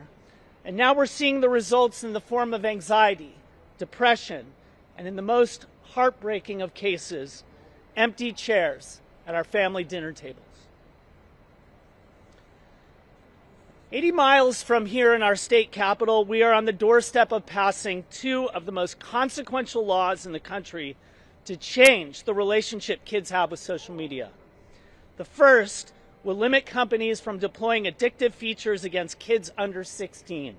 Infinite scroll, autoplay, recommended algorithms, notifications, the very design choices engineered to hook developing brains. The second holds social media platforms financially liable when they're found negligent for the harm that they cause our kids. And we are developing and crafting this legislation so it can be cut and pasted and brought to state houses across the country until we get our federal government to act, because they have been derelict in their duty, providing no action, no oversight for this anxious generation, and we all see the results. Let's be clear about something. Legislation in and of itself will not get this done. What's happening in this courtroom, the litigation that you are pursuing, the truth that you are demanding to be told under oath, that work, shoulder to shoulder with the legislators across this country fighting the same fight, is how real change happens. It's a combination of that courage and those laws that will finally force accountability. And of note, the 29 states that are here are red states, blue states, purple states, just like the legislation that is moving across California. It is red, it is blue, it is purple. It is affecting every family in every corner of this state. In fact, I've yet to come across a family of school-age children that are not struggling with this issue.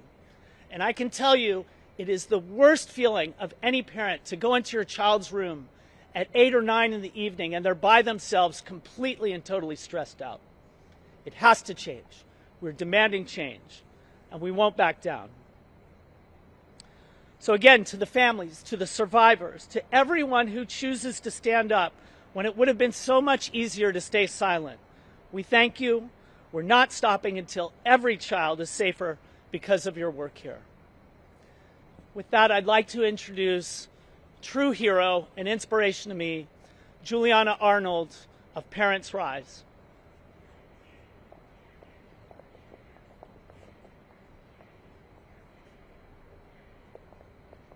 Hi everyone, my name is Juliana Arnold, Julianna,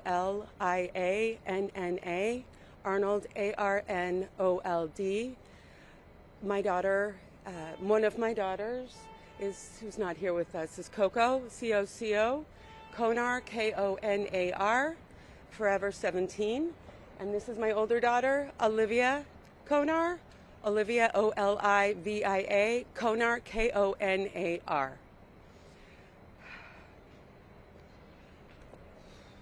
So I want to start out by looking at my fellow survivor parents. And I just want you guys to know that we are building Parents Rise together, and this is what it is. And you embody the spirit and the energy of what we bring with our pain and turning pain into power. And that's where we are today, because every child named today, we have Riley, Anna, Elijah, Owl, Emmy, and Coco, and thousands of others. This list doesn't even represent it's the tip of the iceberg for the number of children who have either died or been harmed by social media. So I'll tell you a little bit about my daughter, Coco. Coco was 12 when she opened Instagram for the first time in 2017. 4 years before the world learned what Meta already knew. Instagram was harming teenage girls. By her teens, she could not look away. Her scrolling became depression, then anxiety she could not escape. In that isolation, an adult man found her on Instagram, groomed her, lured her to meet him, and sold her what she thought was a Percocet for her anxiety. It was fentanyl. She was barely 17. Coco's story was not an accident.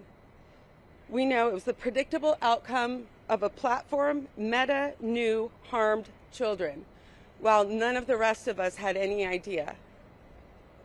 5 years ago, Frances Haugen exposed Meta's own research, showing it knew Instagram harmed teenage girls.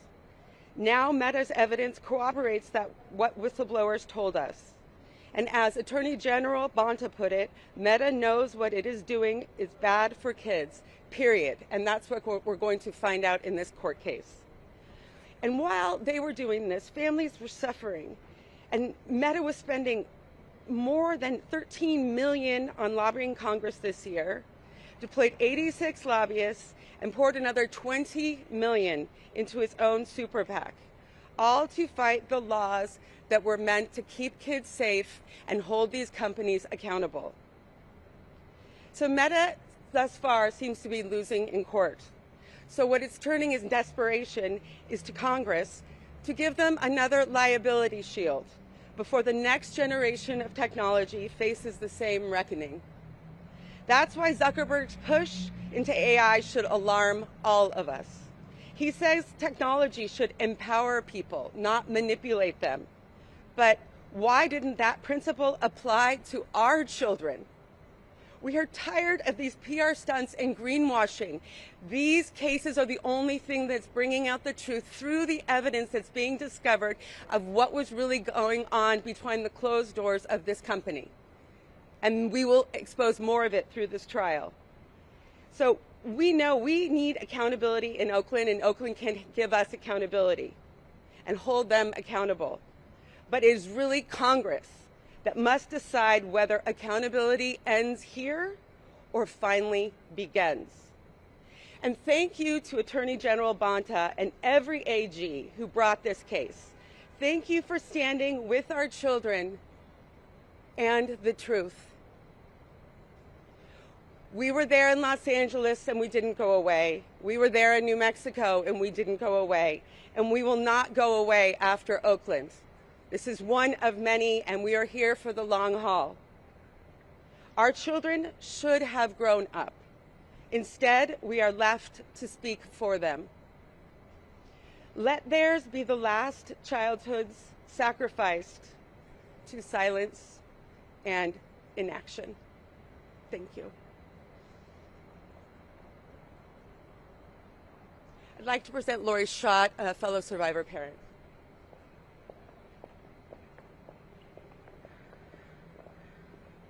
Hello. My name is Lori Schott, Lorischott, and I am Annalee's mom. Forgive me. I am here today because my daughter should still be alive. Annalee was 18 years old. She was a rural Colorado farm girl. She loved her family, her God, her horses, and every four-legged creature she could haul into our farm. But behind my daughter, we knew and loved, she was fighting a battle we could not see, a battle within the world of social media. After we lost Anna, I opened her journals, searching for answers on why a little girl that left a note the day she died that said, "I love my family, don't be sad for me. It's not you, it's me." Inside those journals, I found my daughter's pain. And I want to read one entry so people understand the impacts of the design of these platforms and how they impact little girls like my daughter. Annalee wrote, "Tonight has been one of the worst nights I've had in a while. I was sitting on my bathroom floor telling myself how much I hate myself. Nobody is going to love me unless I look the part. I look at other girls' profiles and it makes me feel worse. Nobody will love somebody as ugly and as broken as me." And we continue to learn about Annalee's social media experience and how devastating it was. We learned that according to Meta whistleblower Sarah Wynn Williams, Meta targeted ads at teenage girls when they showed signs of being in a vulnerable emotional state and when they felt worthless, insecure, or like a failure. Advertisers were allegedly giving access to our children so beauty ads could be delivered at the very moments these girls were at their most vulnerable. Let that sink in. When my daughter was struggling, it became Meta's bottom line. 1 year later, I continued to fight. In 2019, the year before Anna took her life, Meta's researchers found that 1 in 3 girls felt worse about their bodies. Meta knew this. They knew young people were being harmed. Meta knew children were not safe, and Meta kept running algorithms. Children were kept engaged, and the money kept flowing into Meta's bank account. And now, attorney generals across this country have brought allegations into the courthouse about how Meta knew what it designed and what it told parents and the public. We have already seen why getting evidence in the courtroom matters. I was in Los Angeles, New Mexico. Juries heard the evidence. And now here in Oakland, attorney generals are bringing their cases on behalf of the people of this country. I want to recognize my Attorney General, Phil Weiser. Attorney General Weiser was one of the first public officials to see my daughter's algorithmic content that was pushed to her and to read my daughter's journals. He used the power and responsibility of the Colorado Attorney General's office to help bring Meta to this moment of accountability. He used everything he had. The evidence and Meta's internal documents will finally have their day in court. And today, as I stand outside this courthouse as Annalee's mom, I have a message for Meta, Mark Zuckerberg, and Adam Mosseri. You built one of those most powerful and richest companies in the world has ever known. You designed and built these platforms that reached into our home, into our children's bedrooms, and into our children's minds. But power does not excuse harm. Profits does not erase the responsibility of big tech. And no company, no matter how wealthy, no matter how influential, no matter how untouchable it feels it is, should get to stand above the truth, the law, and our children. Thank you.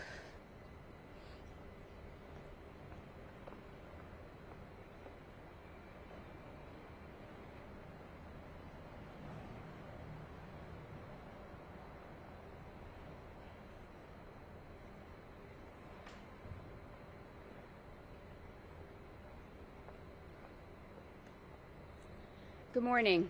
My name is Erin Popolo, ERIN-POPOLO, and I lost my daughter Emily Murillo, EMILY-MURILLO.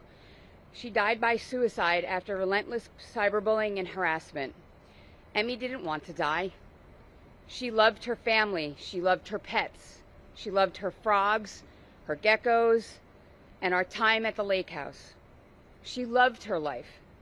What she could not survive was the hopelessness and the helplessness that was created and amplified by the design choices that Meta put in front of her.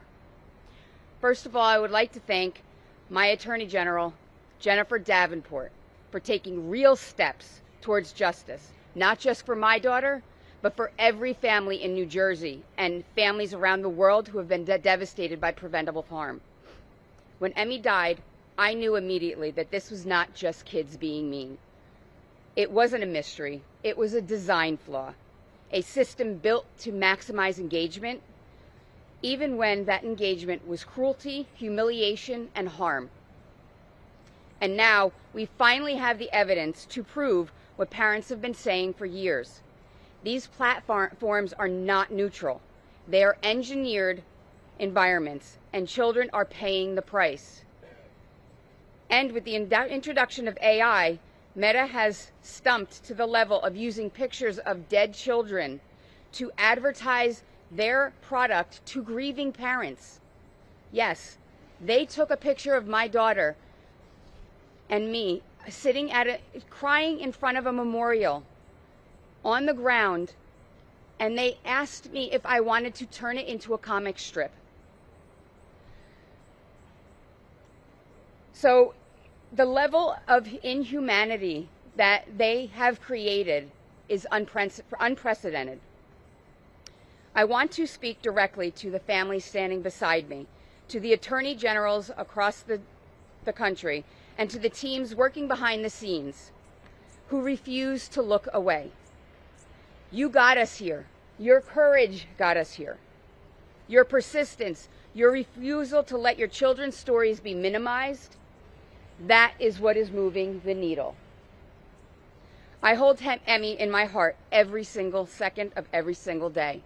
I fight for her. I fight for my daughter Kaylee, who is now raising my grandson Kai, without the aunt that he deserved.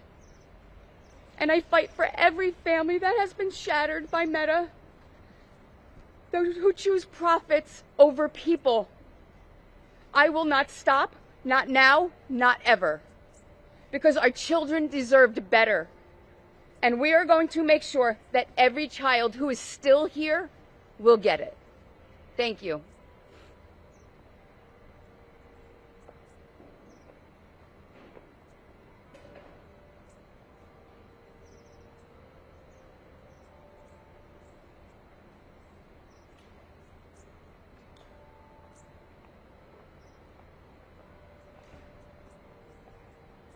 Good morning.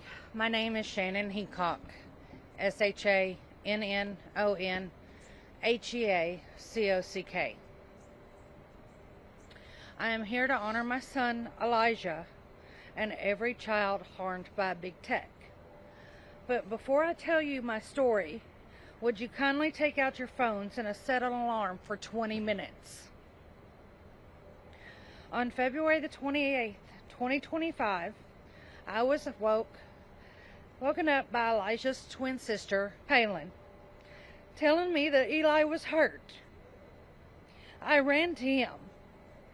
He was laying on my cold laundry room floor, and I had no clue what had happened. I went into panic mode, digging blood out of my son's mouth, begging him to breathe. I watched him lose his battle. I left the room so his twin and his baby brother would never have to see what I saw, but sadly they did. Elijah was rushed to the hospital. My sister had gotten into his phone because he had left a message.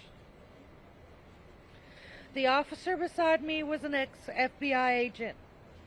He told me that my son was a victim of sextortion. Before we could plan Eli's funeral, at 16 years old, I had the FBI sitting at my kitchen table. That's when I learned it took 20 minutes, 150 messages, AI deepfakes, and $50. That took my son away from me. I would like to thank the Kentucky AG, Russell Coleman, for his work in Kentucky and what he is doing to make laws stricter and willing to work with us, parents. Check your phones. Some of you still have time on them. Elijah didn't. The predator found Elijah on TikTok, but the FBI confirmed something else.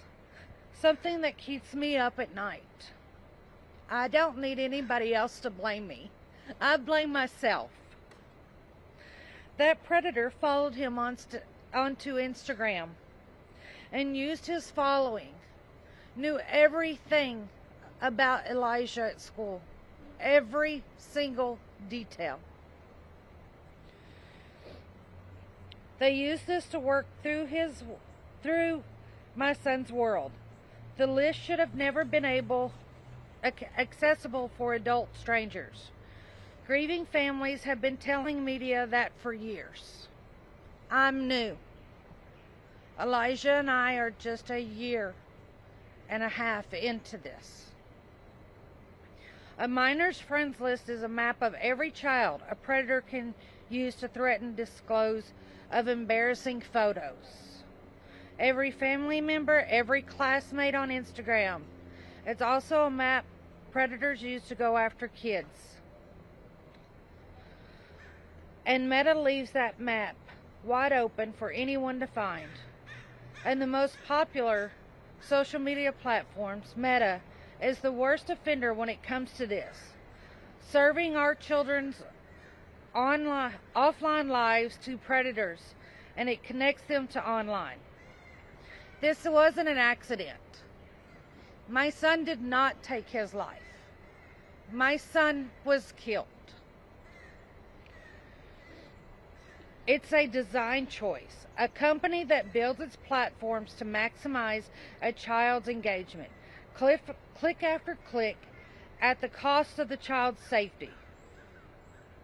They knew what they were doing. Mark Zuckerberg looked the public in the eye and said their platforms were safe. Well, Mark, look me in the eye because you're a liar. That is why we are all here today. Somewhere inside Meta are the documents that prove they knew their failure to protect minors' privacy was putting kids like Elijah in danger, and chose not to fix it. Families like mine deserve to see those documents. Every parent whose child has public profile right now deserves to see them. I couldn't save my son, but I can stand here and demand the truth. That I promised when I said goodbye to Elijah that I would never allow any other child to be harmed. No mother should ever have to dig out the blood of her child's mouth, begging him to breathe. Elijah, this is for you. Thank you.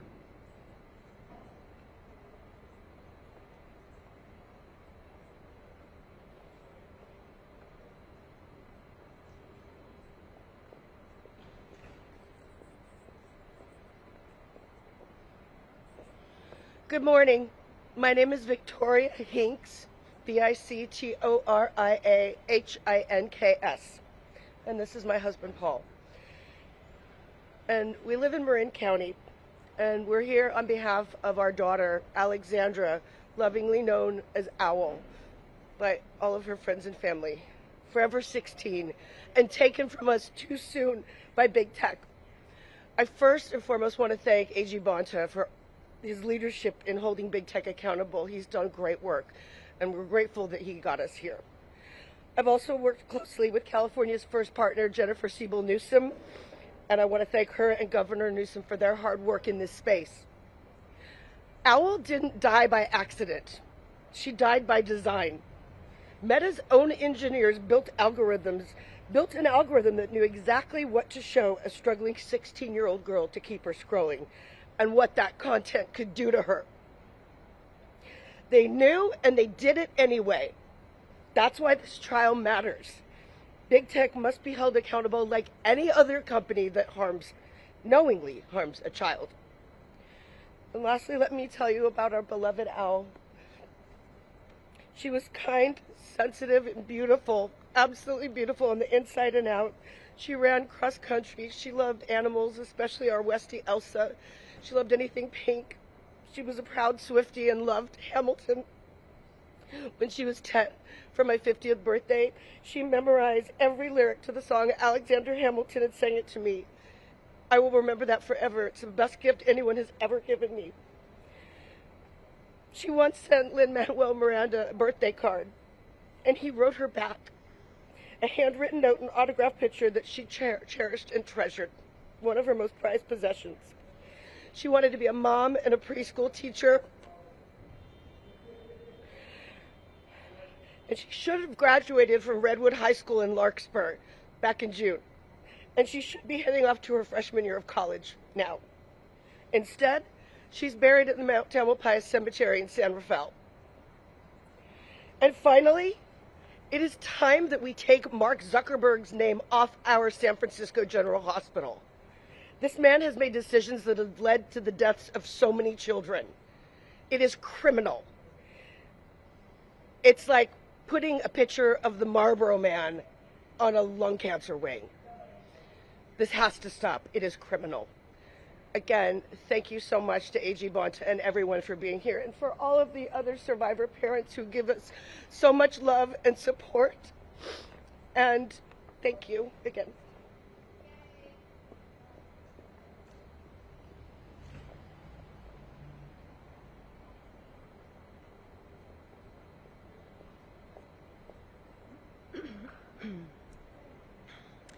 My name is Lisa Pearson, Pearson.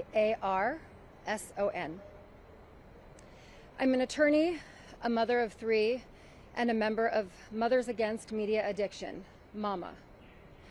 MAMA is a movement of parents across the country who are fighting back against the epidemic of social media addiction that is destroying our children's adolescence and their childhoods. For years, big tech has created social media platforms intentionally designed to target and addict our children. In the relentless pursuit of profit, these companies have fueled a youth mental health crisis, knowingly putting our kids at risk of social isolation, online exploitation, self-harm, and even suicide. Big tech is the new big tobacco, targeting kids and addicting them early. We now know this to be true. But today we are witness to a historic moment. Just as with big tobacco in the 90s, these companies are finally being held accountable. I'm proud to be here at the start of this landmark trial alongside attorneys general from California, Colorado, Kentucky, and New Jersey, who plan to show that Meta violated consumer protection laws when they intentionally designed addictive products, misled the public, and put our kids in harm's way with devastating consequences. With recent verdicts in LA and New Mexico, finding that Meta executives knowingly put kids in danger on their platforms, the message is now clear. If you design platforms that harm our kids, there will be consequences. At Mama, we are fighting back against social media addiction in our homes, in our schools, and in our communities. And we are so grateful to the attorneys who are here standing up for our kids in this trial. But we know that lawsuits are not going to be enough. We need Congress to act, passing industry-wide standards and bipartisan legislation to make sure that products and platforms for children are safe by design. This is not about partisanship. This is not about politics. This is about finally saying enough is enough. I'm proud to be among the thousands of parents standing up to demand better for our kids. Together, we can demand that these companies be held accountable. Together, we can demand that our kids are no longer knowingly put in harm's way in favor of profits. No family should have to endure one more unspeakable loss because these companies continue to operate with impunity. I'm here today, and Mama is here today, because it's time for a change. Thank you.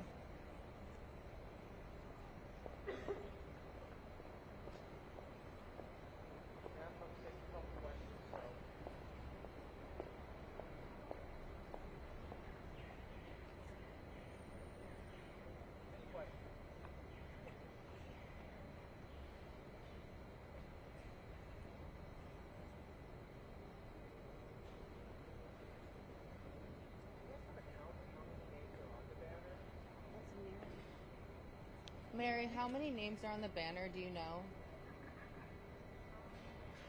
We added 39 last night. How many? 39 last night. Any math majors in the room? 598. And as we said, this is just the tip of the iceberg of kids that have been killed or harmed. There's thousands and thousands of lawsuits taking place as we speak, and will be taking place in the next few years. So just to know, this is just a small microcosm, unfortunately, of what we're facing in this country.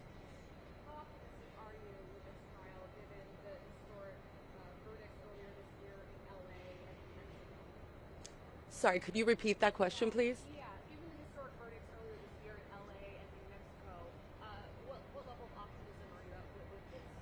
Want to take that? I think that we're going to make history here. I think this is going to be a groundbreaking trial, that they're going to be found liable for what they are doing to people. And I think it gives us the opportunity, since there's only a single defendant in Meta, that we will even discover more information of what Meta's been doing knowingly to harm, addict, and exploit our young people. And that has created the mental health issues and the deaths and the destruction that we're finding within the American families. And we have fought in D.C. We have lobbied on Capitol Hill. We have lobbied in our state capitol. We are lobbying against the most powerful companies in the world. But today, it's different. The trials are different. Our children deserve this. Our country deserves this, and there is no way that we are going to back down after we leave these trials, the determination, and not head back to Washington, D.C., because we need legislation and laws in this country to stop harms to our children. There should be no reason last night, we're adding 39 more children's names to this banner that are gone. Since March. Since we were in L.A. And that just shows you, because after the last trial, where did we go? We went directly to D.C. There's a bill on the table in the Senate right now that could be going to Trump for a vote by the end of the year. But let's see what they're choosing. Are they going to choose to protect children, or are they going to continue to protect and provide liability shields for the tech companies? They need to decide, because they can't do both. You don't get to do one without the other, and we're tired of sitting here waiting. And as we said, 39 more kids have died, and that's one we know about, since we last had the trial in Los Angeles.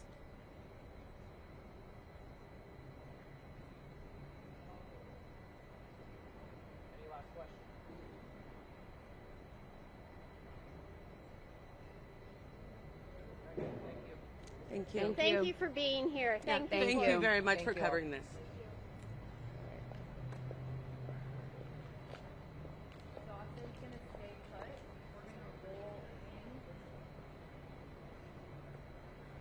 encourage you to take a look at the names that are on the farther end that didn't get to come forward. And then we can begin rolling.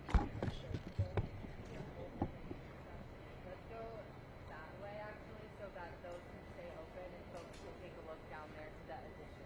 So you can hold slow. Keep initiative.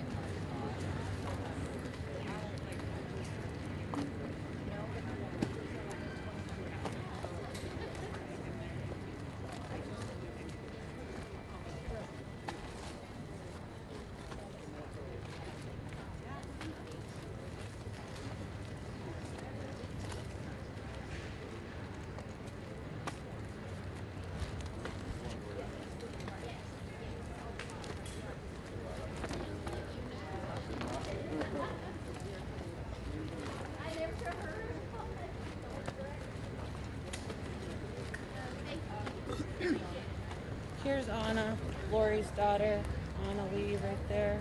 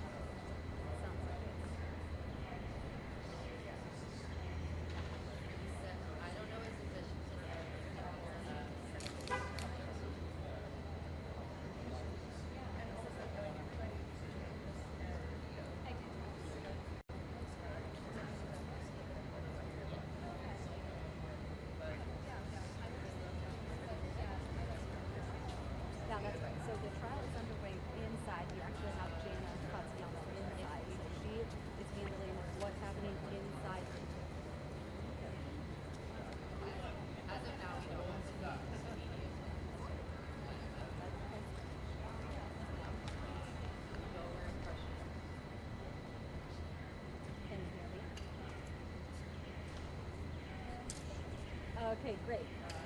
Great.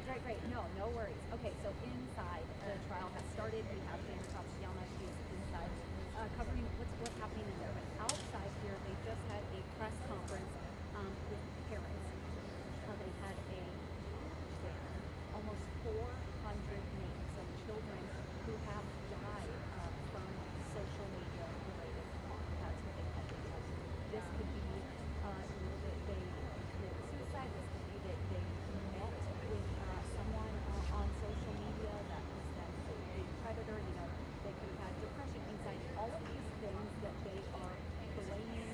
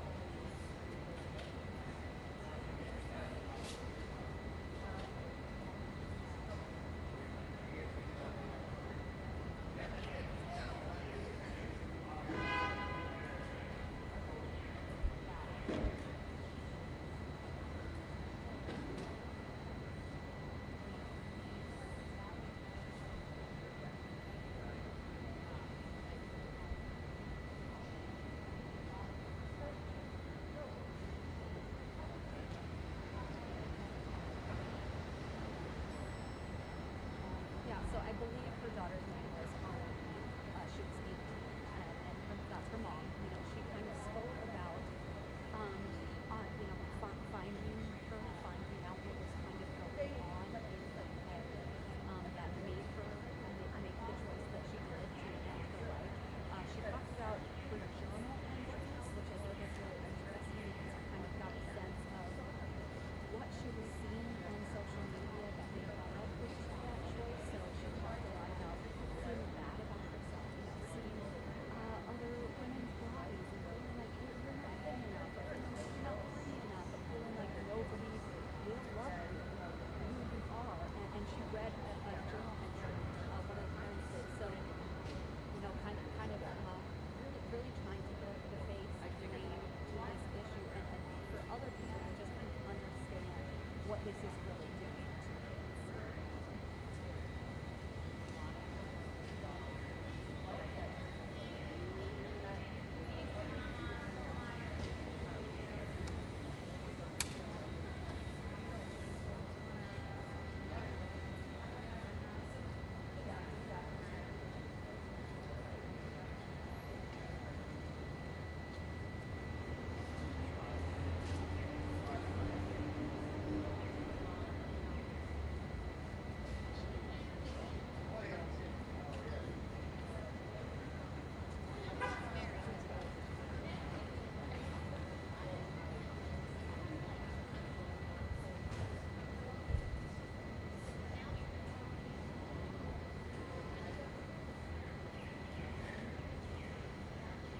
Right, we won't get to see, again, we have Janet inside, she's listening, and we'll of course have more on what's happening inside.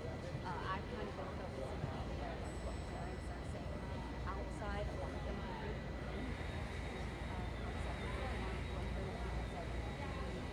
take his name off of the hospital, his name off of the hospital because of what he's putting children through.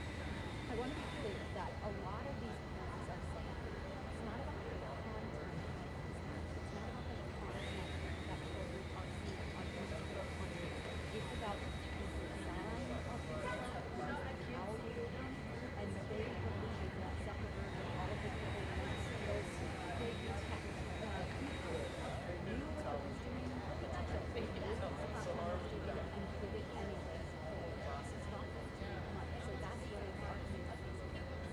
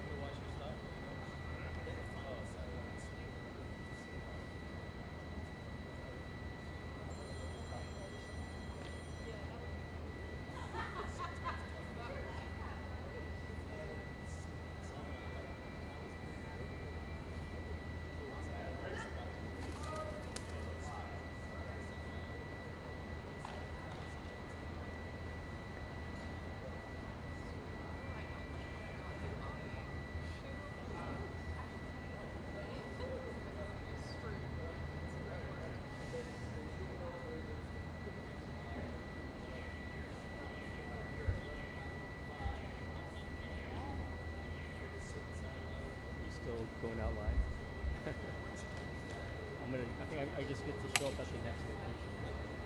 Grab onto it all.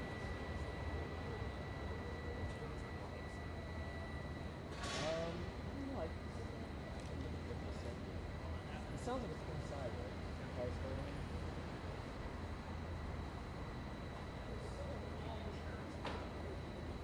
Huh. I think I've been there. It's not in City Hall. It's big in here.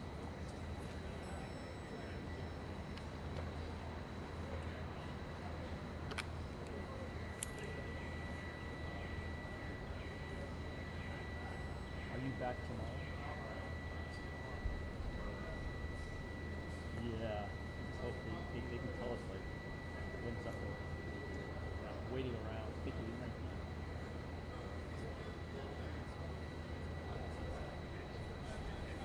What was it?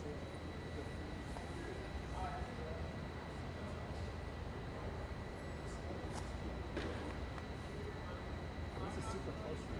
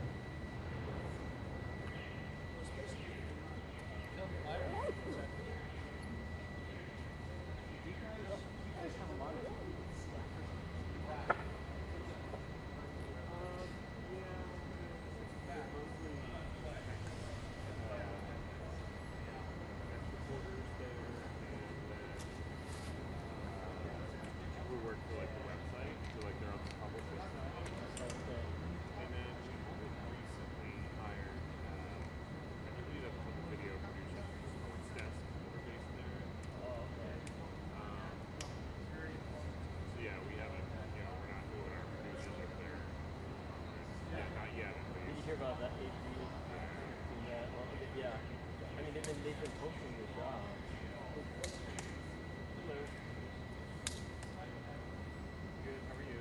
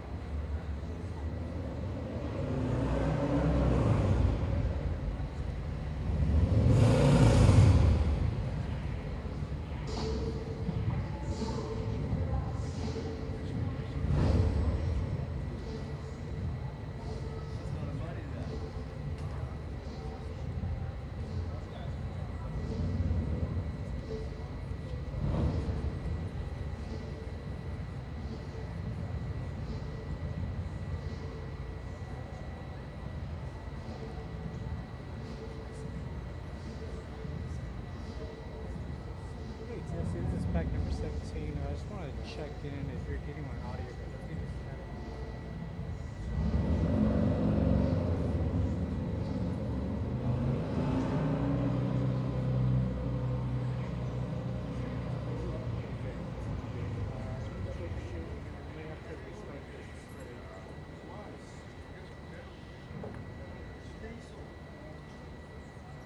Okay, gotcha. Alrighty. I'll call you back once I figure it out.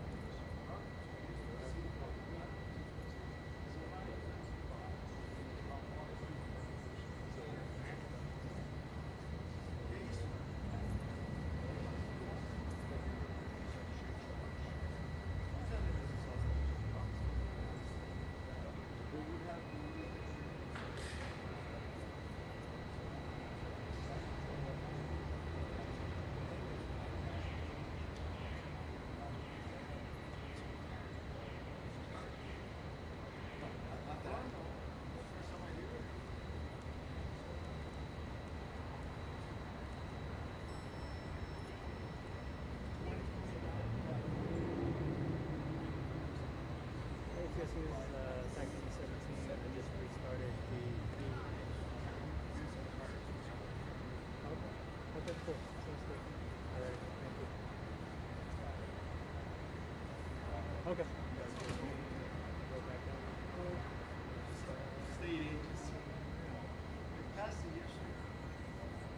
So, 2029, certain plan. Definitely certain requirements. Okay, cool. Thank you.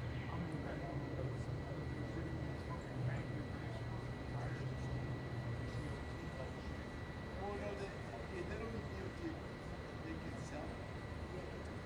They can sell it. Every tire they use requirements, you know? Yeah, all the tires that you see up there, tire shops, they need to do it. Alice Road.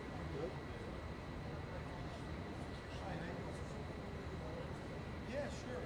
But you know the best license, the best stuff you have, the better you are. So usually like the people up there,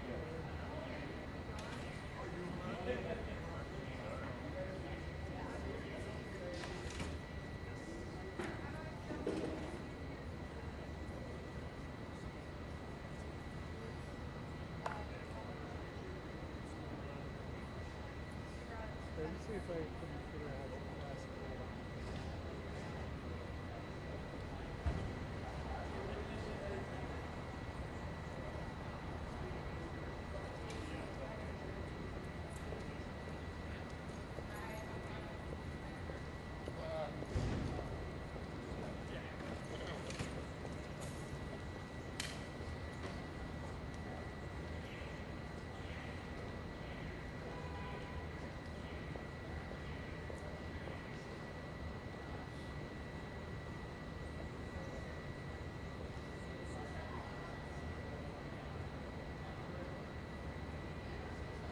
Well, because this one I have like on a long clip. It's about like 43 minutes long.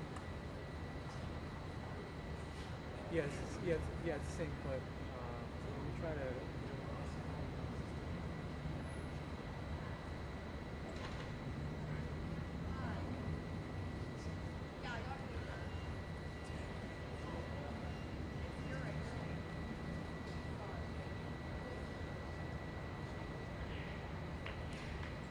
Okay, gotcha. Let me go to picture this. Okay.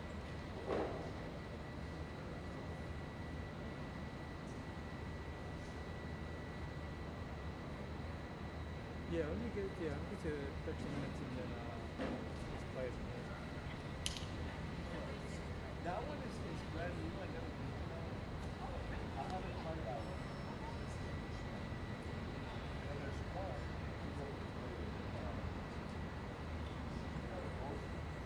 Across the street. You got a lot.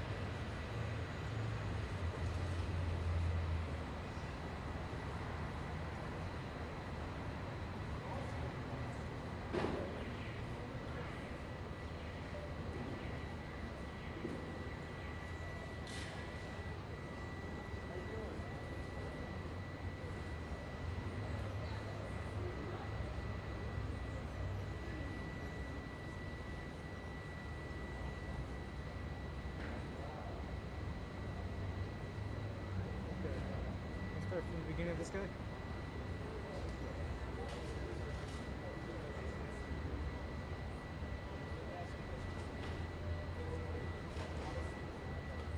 Okay. Should I start from the beginning of his section? Okay, gotcha.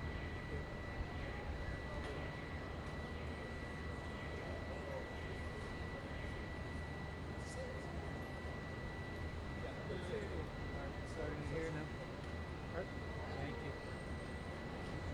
Okay, cool. Sounds good. Thanks so much. Alright, bye-bye.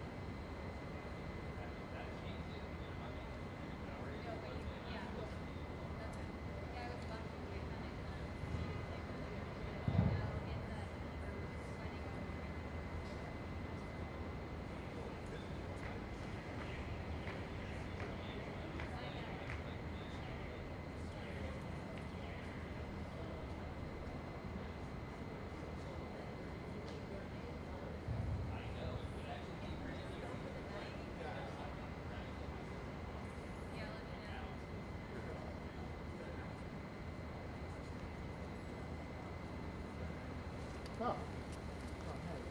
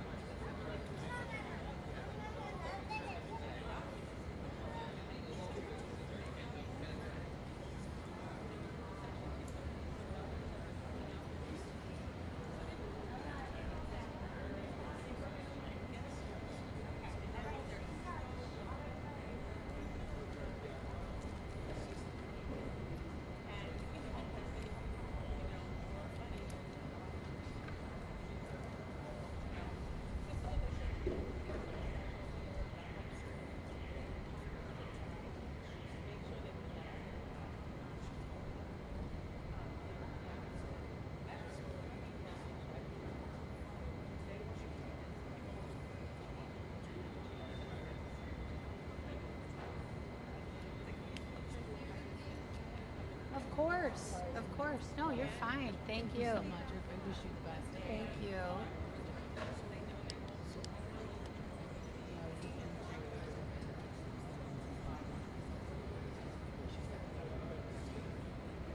We came up with that last night in our brilliant thing.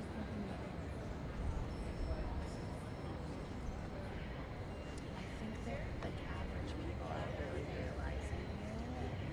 I was doing a presentation for clinicians and I just heard Riley's murderers now have gone to jail in the Ivory Coast and I just I haven't changed my slideshow and I'm looking up at my picture and I wonder if I now that the case is closed could put in the real pictures that were from Riley's phone have been like, you know, inside the case file.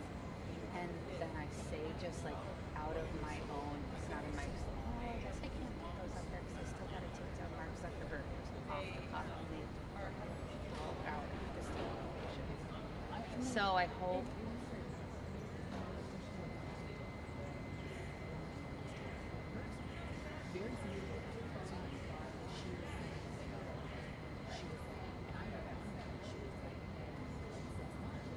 And this was just like her bed. She was like, you know, it's very traumatic. She's like, I don't want to stay.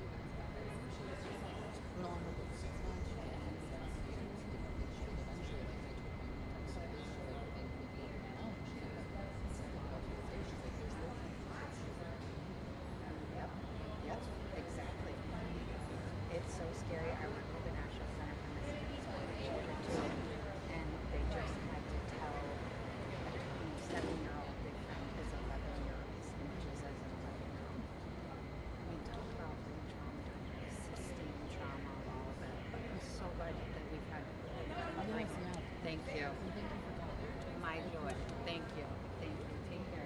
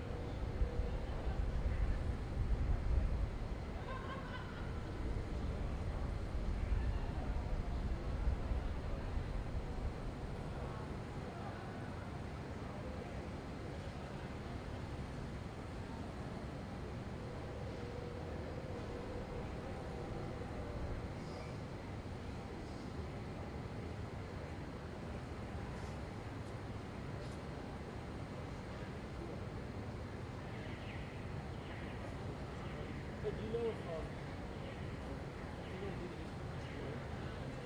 do. I mean, yeah. Well, after they're done, so because they're like right after and then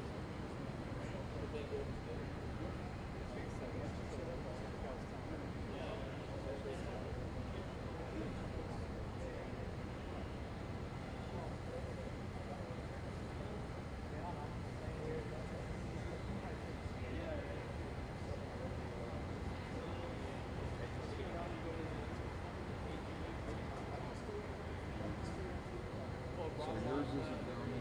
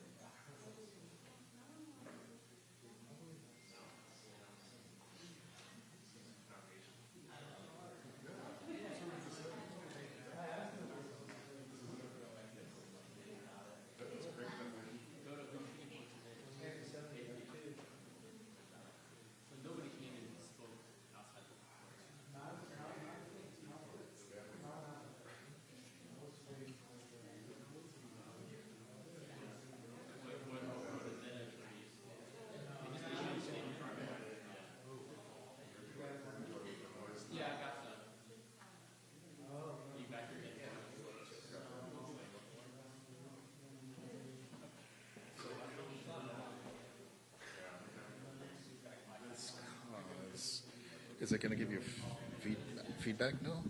Okay. All right, then if you, yeah.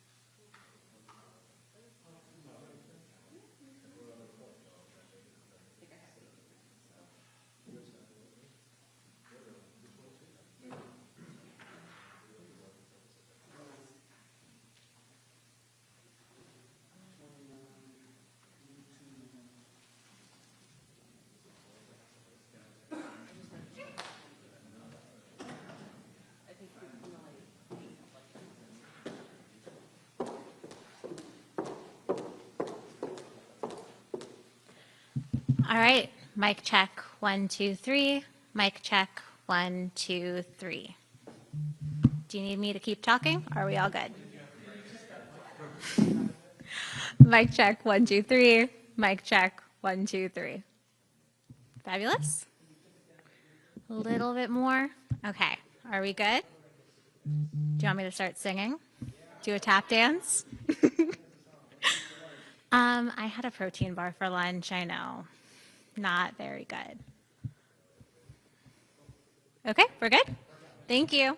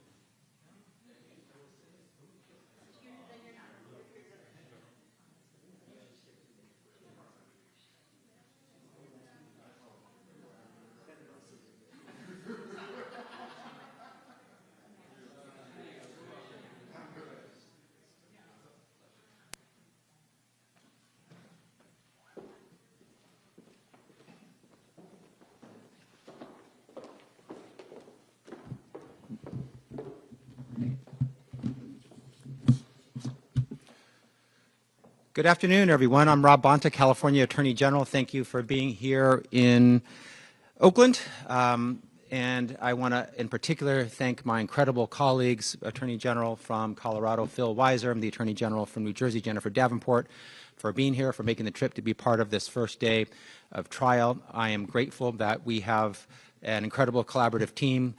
We have another member of the team who wasn't able to make it today, but I want to thank him for his participation and his support. That's Kentucky Attorney General Coleman. But his team is here, and I was recently in our war room with our team members, and we had team members from each of our states here, from Colorado, New Jersey, California, Kentucky, as well as some other states. And I want to just lift up the collaborative effort which this case is. We are the 4 states that are part of this, what we call a bellwether case. But there are 29 states, bipartisan, across the country, who are standing up for families, for parents, of course, for children, for consumers. And I'm proud to be part of that collaboration. So we are teaming up here in our efforts to hold Meta accountable. Today, of course, was the first day of trial. It'll be a 5 to 7 week trial. But today, both the attorneys general and Meta laid out our cases. And I'm probably biased, but I found our case to be incredibly compelling, devastating in the presentation. The jury seemed very focused on hanging on every word that was being said. And we, of course, heard from the first witness, a whistleblower engineer from Meta who was in charge of child safety while there, who talked about the fact that Meta knew the harms that it was visiting upon children, but failed to act. He also talked about their motto, their culture, if you will, which was to move fast and break things. Unfortunately, the thing that was broken here was the mental health of our children. And so I'm grateful to have the opportunity to be here. We laid out our case today, which is essentially this, that Meta has designed and deployed a dangerous product with dangerous features that they knew would create excessive use and compulsive use by children, and it would create mental health harms, including things like anxiety and depression, like body image issues, like addictive tendencies, like learning loss. They knew all that. They knew their product was dangerous, and they lied to the public. They lied to Congress. They told the public, they told the world that their product was safe, that it wasn't dangerous. And so their deception, their lies are at the core of our case. And we are excited about how our first day at trial went. We're excited about the opportunity to hold Meta accountable for its conduct. And we look forward to taking this case all the way to the end here and getting the appropriate remedies, both injunctive relief, changes in behavior, changes in business practices going forward, as well as the appropriate financial penalties. A couple things I want to highlight. Between our investigation and our and disclosures from former insiders, whistleblowers, folks who used to work at Meta, we have proof that Meta knows that Instagram is harmful to a significant percentage of teenagers, especially teen girls. Meta knows that.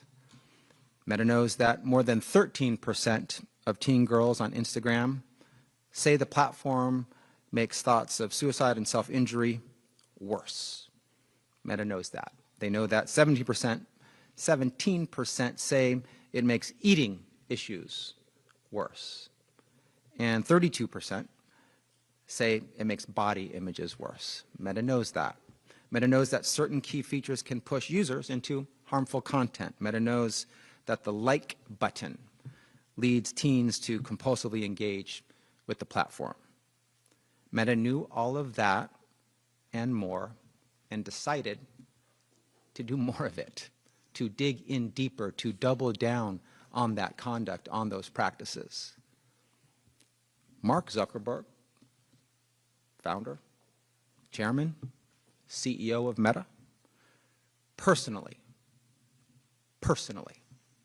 axed Meta's proposed policy to ban image filters that simulated the effects of plastic surgery, despite internal pushback from his own team. His own employees were telling him he shouldn't do this. And an expert consensus that such filters harm users' mental health, especially women and girls. Mr. Zuckerberg himself chose profits over the safety of children. He was presented with a choice where his own staff was telling him, this will hurt kids if you do it. We think you shouldn't do it. And he overruled them and said, do it, knowingly harming kids, and then later telling the world that their product was safe. The company had internal discussions about the negative impacts of the like button, but they decided to keep it anyway. Again, they chose profits over the safety of children. At the same time, the company affirmatively misled teens, it misled their parents and the public about the safety of its platforms for young users, and concealed the ways in which Instagram and Facebook exploit and manipulate its most vulnerable consumers, teenagers, and children. Zuckerberg testified to Congress that Meta doesn't design its products to be addictive, that Instagram does not harm children. Instagram President Adam Mosseri testified to Congress that Instagram is not addictive. These and other statements by the companies were picked up in the media. They were relied on by teens, relied on by their parents, and relied on by the community at large. Our investigation even found instances where the company acknowledged internally that it had misled the public. I'm glad that they acknowledged that fact, that they misled the public. Meta's conduct is deceptive, it is dangerous, and as we make clear in our lawsuit, and as is most important in a court of law, it is illegal. The company had a legal, not to mention a moral, obligation to consider the safety of young users when designing their products. The data is clear. More time on social media tends to be correlated with depression and anxiety, body image issues, susceptibility to addiction, and interference with daily life, including learning. If you're a parent, like I am, or a guardian, a teacher, a healthcare provider, sadly, you have likely seen some of this play out in your own life, in real life. Parents and caregivers protect children from so many daily dangers, as we should, making sure our children wear a seatbelt, keeping a close eye on kids around water. If you have a baby, cutting food like a blueberry down into a small enough piece so it doesn't choke the baby. But we cannot adequately protect our children from the harms of Instagram and Facebook when the company, one of the largest, richest, most powerful companies on the face of the earth, lies to us and hides the truth and designs these platforms to drive compulsive use while lying to your face and telling you it's safe. Parents cannot do their job if they're being lied to. Teens, parents, the community, the public deserve the truth. You should not be lied to. You deserve better than that. As Attorney General of the greatest state in the nation, sorry to my colleagues, they can and they should say the same thing about their states. But the state where Meta has made its home and has done very, very well for itself. I'm proud to co-lead this national fight to demand accountability and to demand justice. This is about our children, the next generation, our kids. They deserve to be safe. And Meta has acted unlawfully here. We are here to hold them accountable. We look forward to continuing our trial and bringing our case forward. Before I turn it over to my colleagues to make a few remarks, I want to thank the individuals on my team who have given so much of their time, their energy, their passion, their talent, their skills to bring this case to court today. Watching our team present the case, talking to them in the war room, I couldn't be more proud to be their colleague, to be on their team, to be part of their team fighting for the safety of our kids and our children. They don't do it for the limelight, so I'm about to embarrass them, but I want to thank them, and they deserve this recognition, so I want to say some of their names. Megan O'Neill, who delivered an incredible opening statement. Josh Oleszewski, Jubileer, Neha Arora, Casey Reed, Sam Beckett, Pauline Ryan, Jordy Hefcart, David Beglin, Jake Fernandez, Robbie Matson, Michelle Koseng, Emily Kalanithi, Barney Eskandari, Tina Charanpong, and Nick Akers. An incredible team doing incredible work, each and every one of them, to the person, true and great public servants. With that, I am happy to turn it over to my incredible colleague from Colorado, Attorney General Phil Weiser. Thank you, AG Bonta. Thank all of you for being here. In the courtroom today, I saw a friend of mine, Lori Schott. Lori Schott is in a club that none of us would want to belong, and she was there with some others in that same club.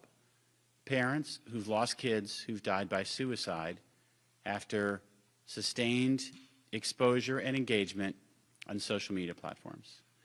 Anna Schott was a beautiful little girl who loved her life on the eastern plains of Colorado, who spent hours and hours and hours on Instagram and had a social media addiction, watching videos that harmed her.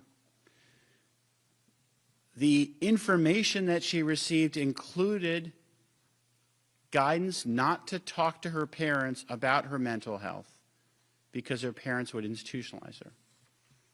Anna's no longer with us. She died by suicide. And Lori, through that pain, has found purpose.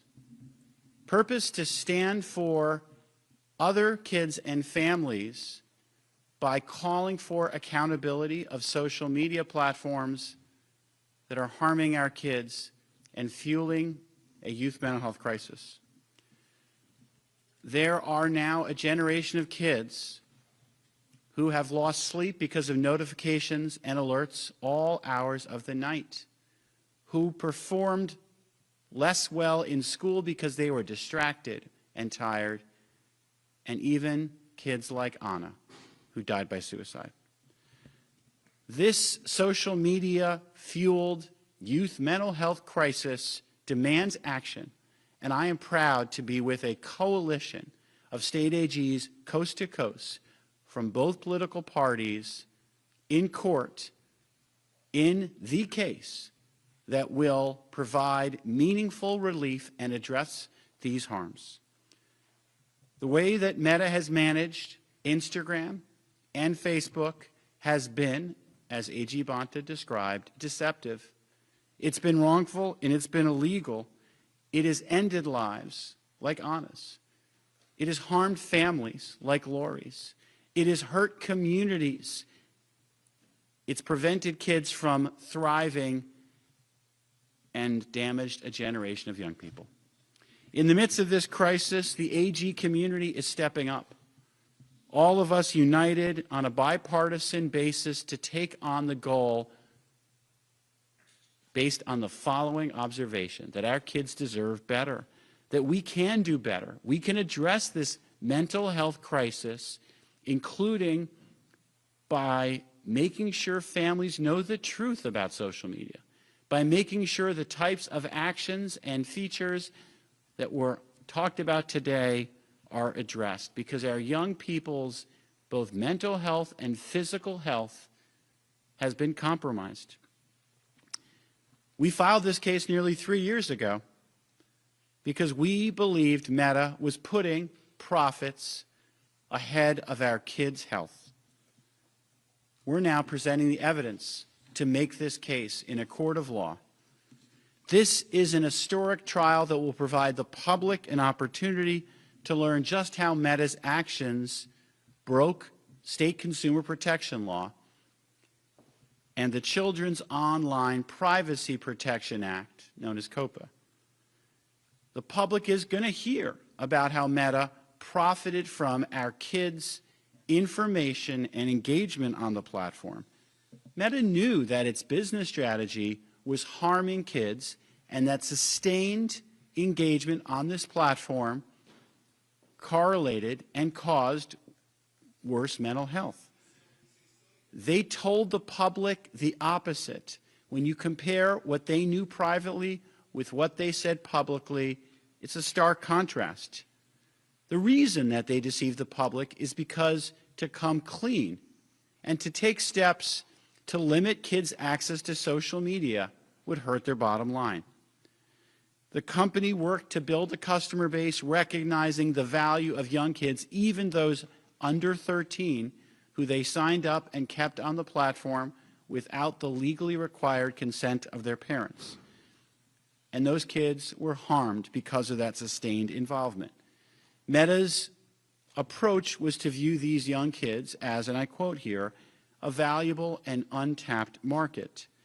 And the addictive features they had, like notifications and alerts, were designed and maintained to keep those kids hooked on this platform. Other features, like the infinite scroll, they were designed for a very clear purpose, keeping kids engaged. And the efforts that Meta made to give kids an off-ramp, as was said in court today, were too little and too late. And the harm, less sleep, distracted kids, kids with worse mental health, remains alarming and a call to action. The fact that Meta downplayed these risks and deceived the public violates consumer protection law. The fact that they marketed to young people under 13, kept them on the platform, even knowing their actual ages, violates COPPA. The extensive harms, as AG Bonta noted, are not only lives that were lost like Anna, but a range of mental health harms, ranging from anxiety and depression, loneliness, lack of sleep, body image problems, eating disorders, and physical harm.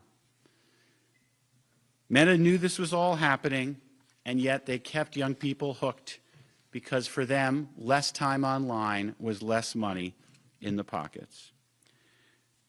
The policies that Meta is now starting to talk about are basically relying on young people accurately reporting their ages, and as said in court today, when young people put in their actual birth date under 13 years of old, Meta doesn't remove them from the platform. Meta prompts them to put in a different date. These efforts are so easily overcome that they are not meaningful steps. And to say that parents should have been doing more, frankly, offends me as a parent, because parents have been told now for some time there's nothing to worry about. Meta hasn't shared the truth that remained kept from the public. There were several efforts to keep this case from a courtroom, starting in 2025 when Meta sought to dismiss this case, and the court has allowed these claims to proceed. There was then an effort to go to the Court of Appeals, and the Ninth Circuit refused to stay the trial, and that brings us here today. Today, we are asking the court to hold Meta accountable, to stop its unlawful practices, and to require the company to follow laws that protect kids and consumers and the public health.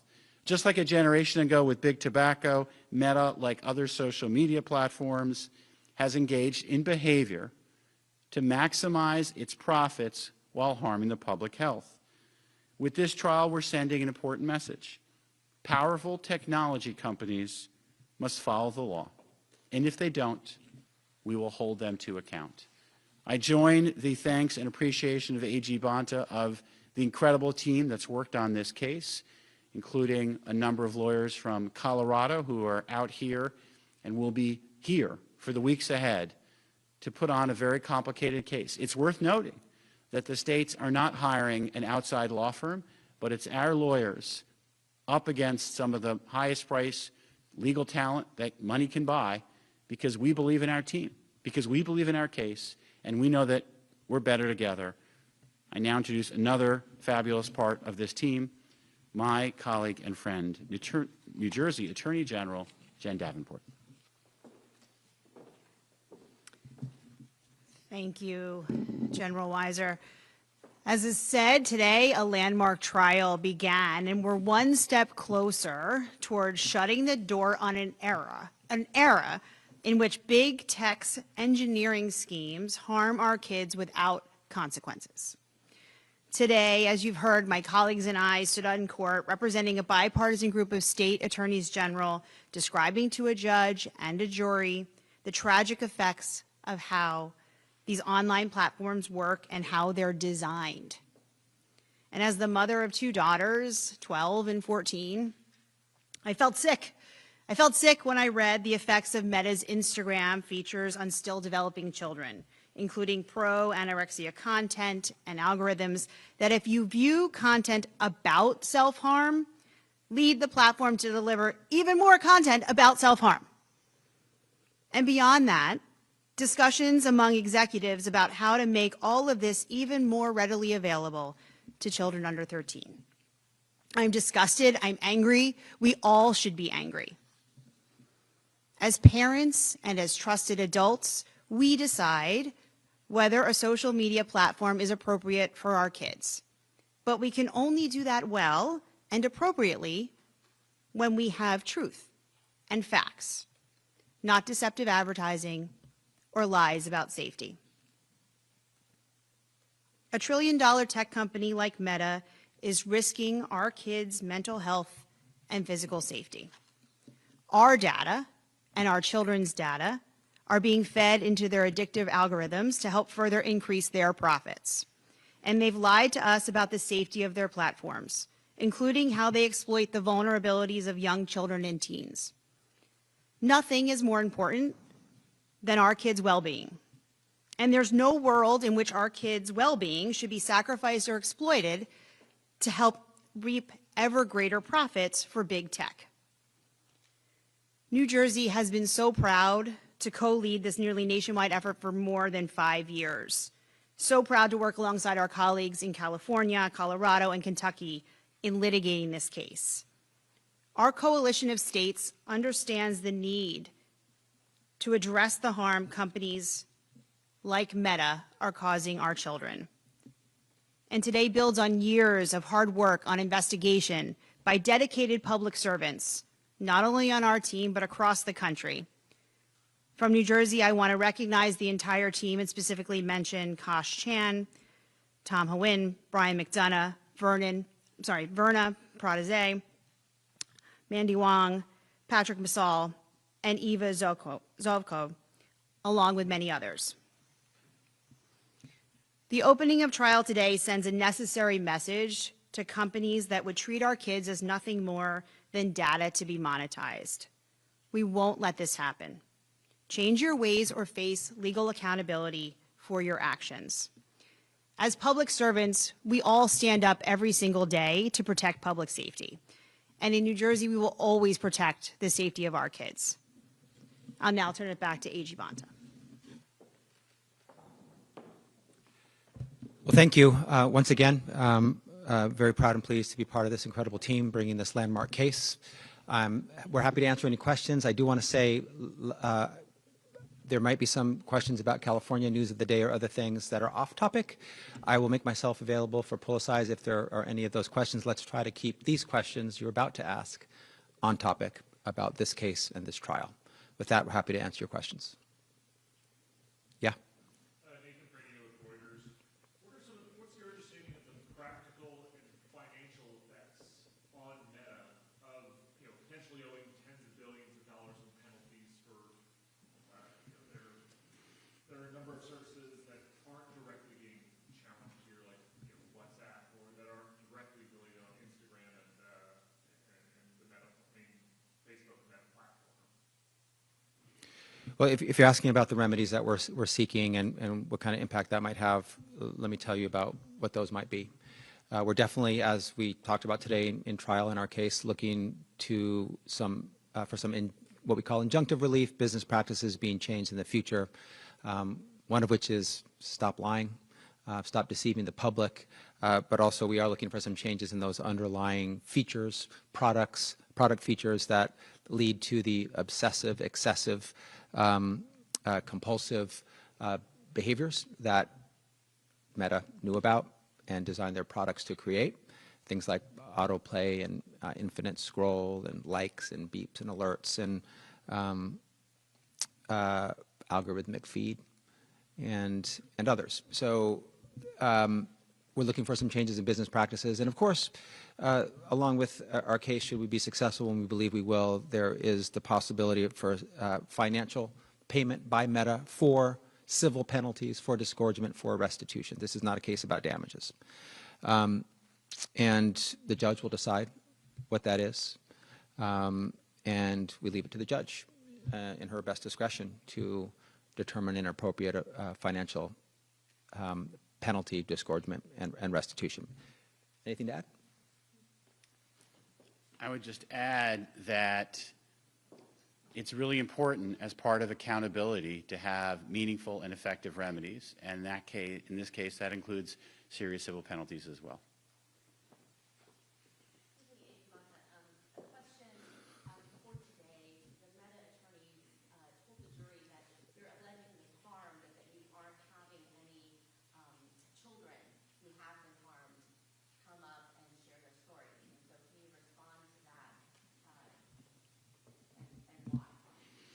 I think they're stuck in some improper legal regime that they're mapping onto this case when it doesn't fit.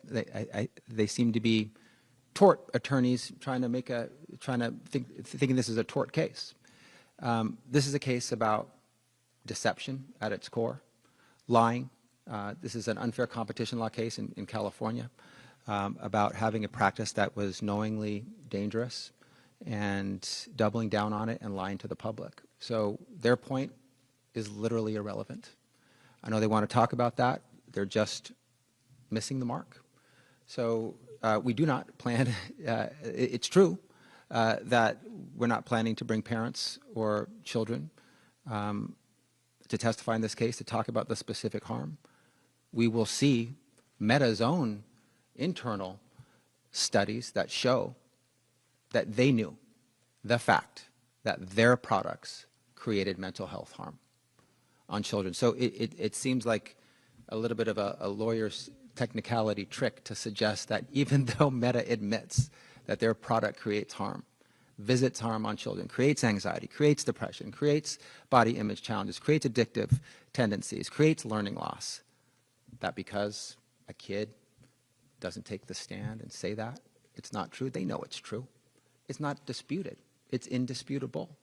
So it's more of the deception that we've seen from Meta. Their attorneys seem to be adopting it as well, talking about things that aren't relevant to the case, distracting, and talking about irrelevant issues. So we're confident in our case.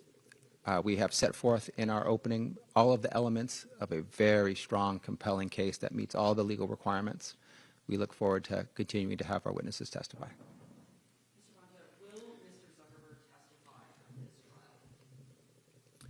Unknown at this point. Of course, he's testified in other trials. I think he testified in Los Angeles in that trial that Meta lost. I think he testified in New Mexico in that trial that Meta lost. I'm not sure if he testified in Tennessee. Meta has not lost that trial yet, but I think they will. So unknown. We have all sorts of evidence, witnesses, including whistleblowers, former employees, studies from Meta, experts, and others that can make a very compelling case. Whether Mr. Zuckerberg is part of those who testify as a witness in this case is still TBD. Would you like to see him on the stand? I don't have a personal preference. I want us to bring the strongest case that we have, advance our evidence. We have an enormous amount of it that can be told in many different ways, on many different days, and I look forward to our team doing that.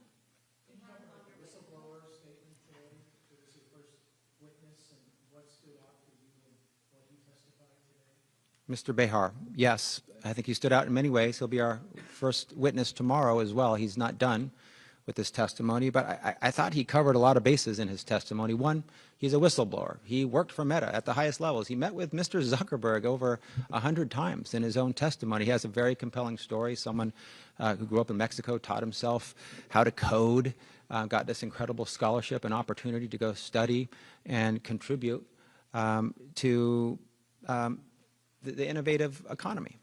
And he, as a recipient witness, had a lot of experience as to the approaches that Meta had, this idea that they should move fast and break things, meaning they're not doing all they can to keep kids safe. They're moving fast. They're not taking those steps. They're breaking things like the mental health of kids. I thought that was particularly compelling, very insightful. He also talked about his own experience as a parent and his own daughter, who I think was on Instagram or another social media platform, who was getting sexual content sent to her, sexual images, sexual overtures, and he struggled as a parent to know how to deal with that.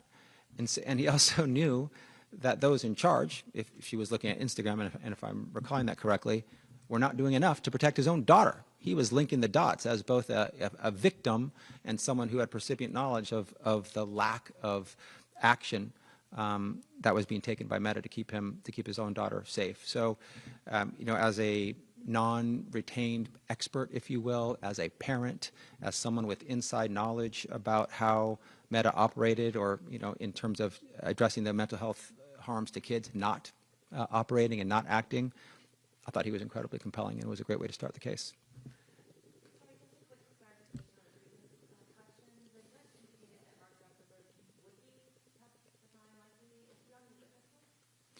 He may testify. That is a completely available avenue. Whether he does in the end, unsure.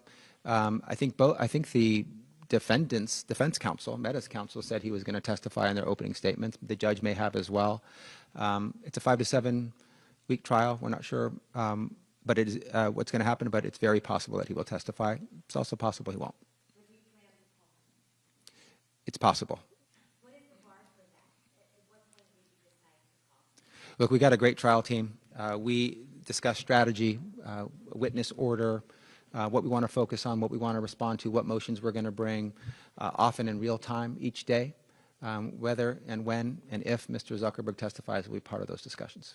Do you have an opinion on how he would, as a person, sit with this jury? Do you think he'd help your case? That's the same question that I got asked before. Thank you for asking it again. Let me ask you this about damages. We've heard $1.4 trillion bandied about. We've also heard $200 billion. Why is there such a wide range? Do the states have a number in mind at this point? You should ask Meta that question. They're the ones who put out the $1.4 trillion number. I think they want to suggest that they're the victims, that they are being financially imposed on. We submitted documentation to the court, both parties did, around the number of young users and what the civil penalties would be. Meta took it upon themselves to start talking to the press about the highest possible number that could ever be calculated based on that data.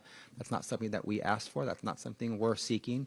We leave it to the judge, who will decide, who has vast discretion to determine the final amount of financial payment by Meta. And I want to be clear, this is not a damages case. And you used the word, and I think you just meant financial payment. But I want to be clear, this is about civil penalties, restitution, and disgorgement. That's it, not damages. This is not a damages case. And to be clear, we are not asking for $1.4 trillion. I do want to be clear about who the victims are here. Meta is not the victim. Meta is the perpetrator. The kids, their families, the parents, those who no longer have the benefit of a loved one in their life because that kid killed themselves because of the mental health harms visited upon them by Instagram and Facebook. Those are the victims. Meta is not the victim. I also want to talk about the choices, the financial choices that have been made here. Meta made the choice to choose profit over children's safety and health time and time again. They're the ones raking in $200 billion of revenue per year. They're not the victim. They're not being financially imposed on. We will be asking for a significant financial payment in the form of disgorgement, restitution, and civil penalties. That is an important and appropriate part of this case. The judge will exercise the discretion as to what that will be. It will not be, and we are not asking for it to be $1.4 trillion. Now, is this a figure that you estimated, and then you're saying that it took that figure and said, oh, see, you're asking for the most? It's a figure Meta estimated based on the number of young users and multiplied by the penalty the penalties available under the unfair competition laws at issue in this case. In the opening statements by the Meta side, they didn't deny that any of these sort of internal communications that they had or internal studies that they did pointed out some of the various risks and harms. That seems that their case is they're trying to make a case. The fact that we were trying to remedy these and took steps to try to fix these shows that you don't advocate it. As AG, we weren't avoiding these issues, we were working on these issues.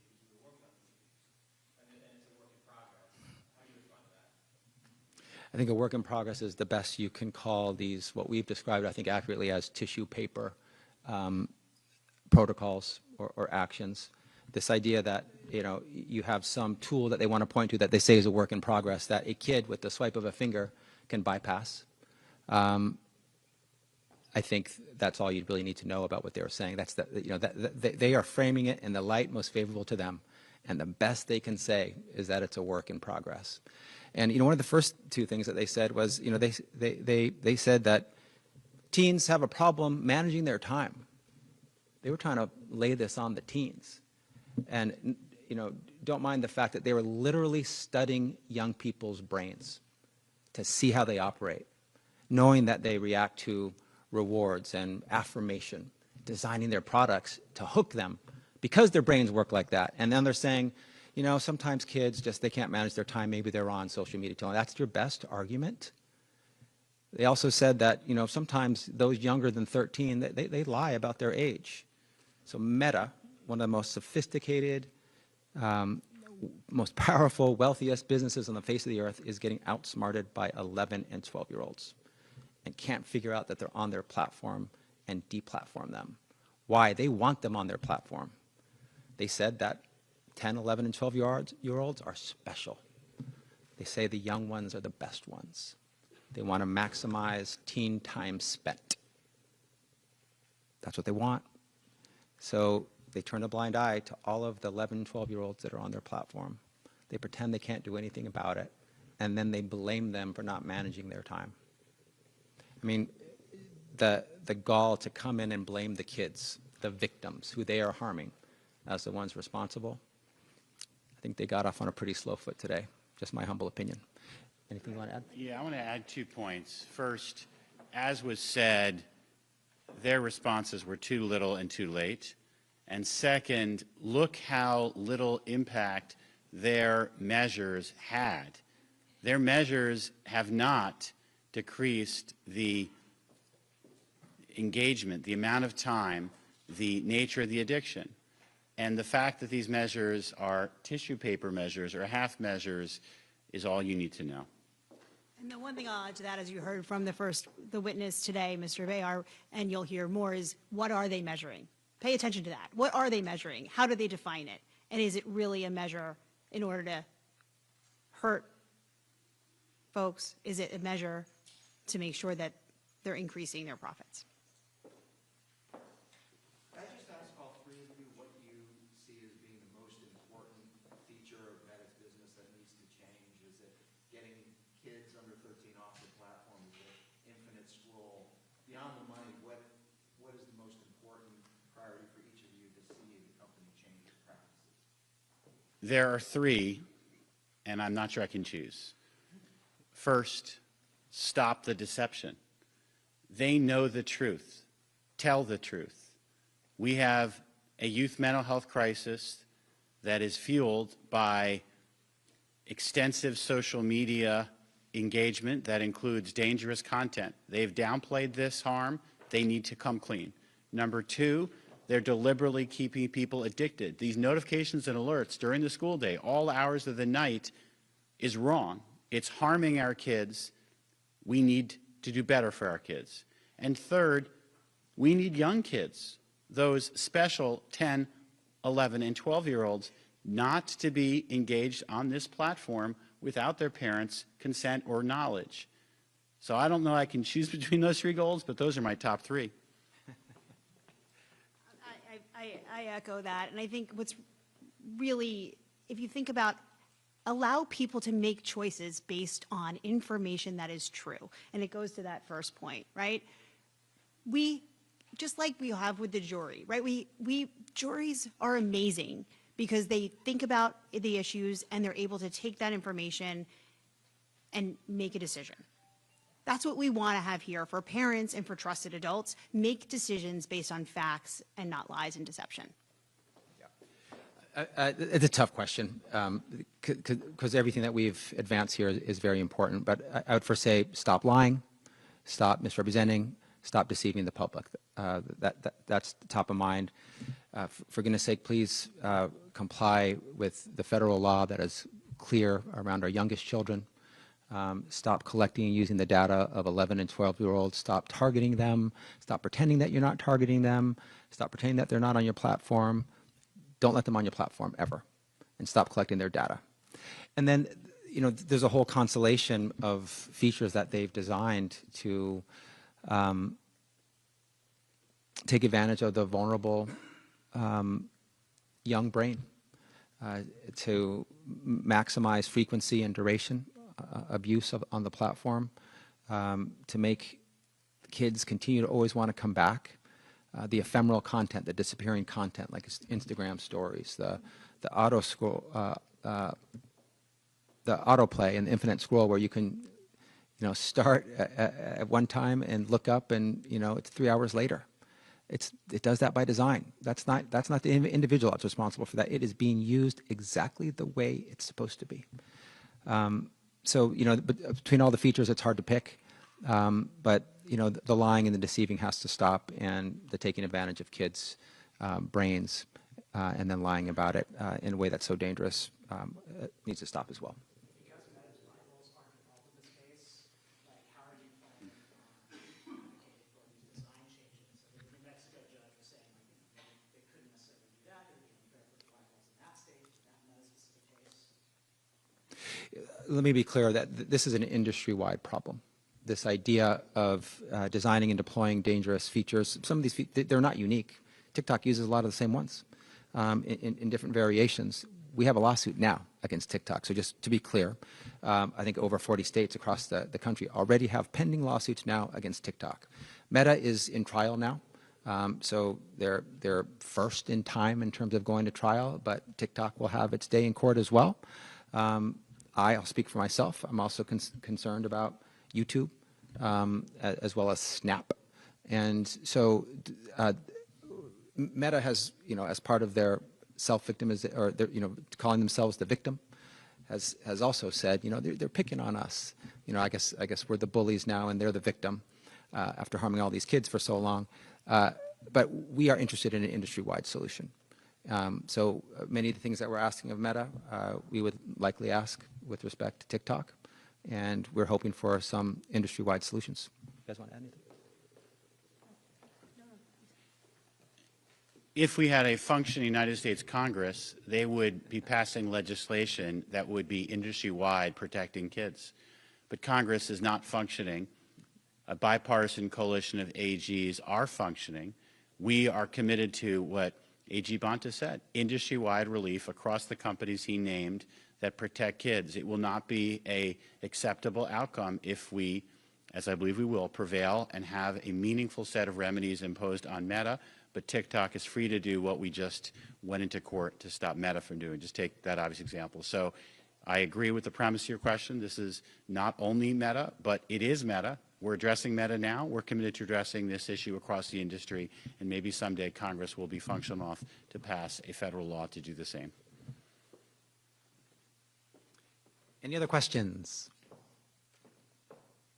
Why Meta first versus TikTok versus Snap versus YouTube? You said, maybe your idea of one concern, but why Meta? Yeah, someone's got to be first.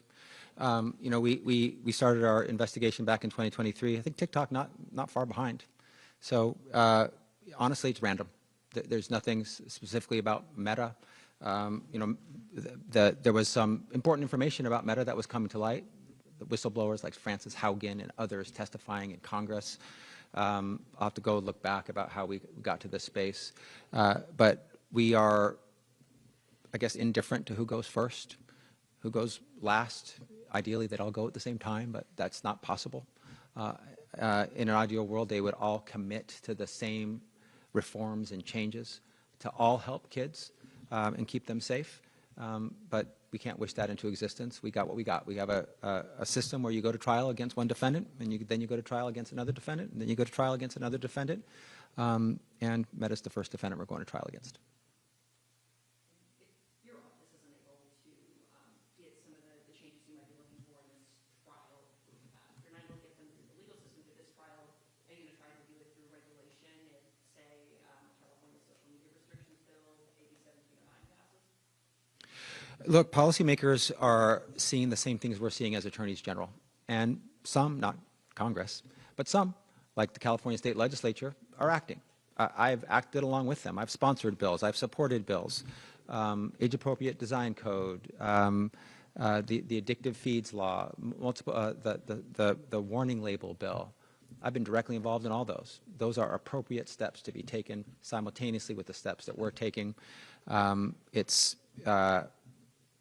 sort of all hands on deck, all tools in the toolbox to address this crisis when it comes to the mental health harms of our kids. Is there any way to estimate, like, so this is the beginning of the trial, but it's the end of the investigation that goes back 5 years. Is there any way to estimate how many lawyers were involved from the 29 states and what sort of investment the states are making in terms of money and personnel time to make that happen? I think, yes, it's possible to estimate that. But I do not have that estimation for you. We'd have to dig deeper to find that out. I don't have it at the top of my head. Our team bills hours, monitors the work that we do. We're proud of how hard we work, how smart we work. And I can't speak for the other states, though, so we would have to do an exercise to collect that data for you, should that be something that we would want to share and can share.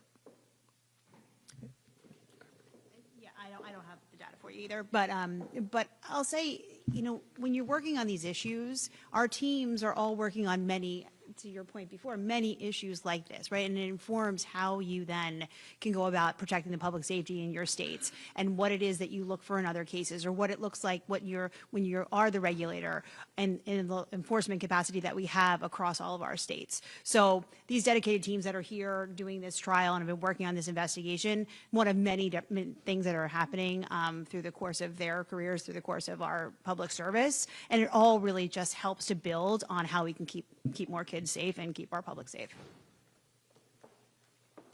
And maybe I'll just say this.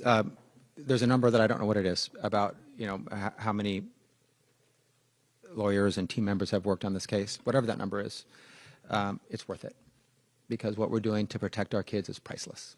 You cannot put a dollar figure on it, on keeping them alive, on keeping them healthy, on allowing them to grow into happy, healthy, resilient adults who contribute to our society. It's priceless. Any other questions? How challenging is it going to be arguing about harms without diving too much into the content question? We saw a little bit of a taste of that at the end of the day. The discrepancy between what is protected in Section 230 versus how you explain what is a harm. Yeah, maybe I'll echo back to some of my previous comments and try to put a finer point on them. We don't think that's hard at all. We're able to make our case through a lot of our case is going to be made from the own words of Meta employees, the own studies of Meta itself. We're just going to show you what they said and what they knew and what their studies revealed. And at its core, our case is a deception case, that they knew about the dangers to kids and they lied about it. And so again, we'll use the words of Meta employees as they spoke publicly, spoke outwardly, spoke to Congress and spoke to others, how they were saying something very different from what they were saying internally and what their own studies said. Side by sides, like one of them today that was put up, showing what they said about how often kids are bullied or experience violent content or other type of content when they're online. It was very different from what their own studies showed. So we have more of those to share throughout the course of trial. And I really think that what the defense counsel, they're grasping at straws. I think it's distraction and deflection. They're trying to suggest things that they think are aha moments, and they're just not. Our case is pretty clean, pretty simple, pretty straightforward. They designed and deployed a dangerous product. They knew it was dangerous. They doubled down on it, and they lied to the public. Period, full stop. That's our case. Anything else?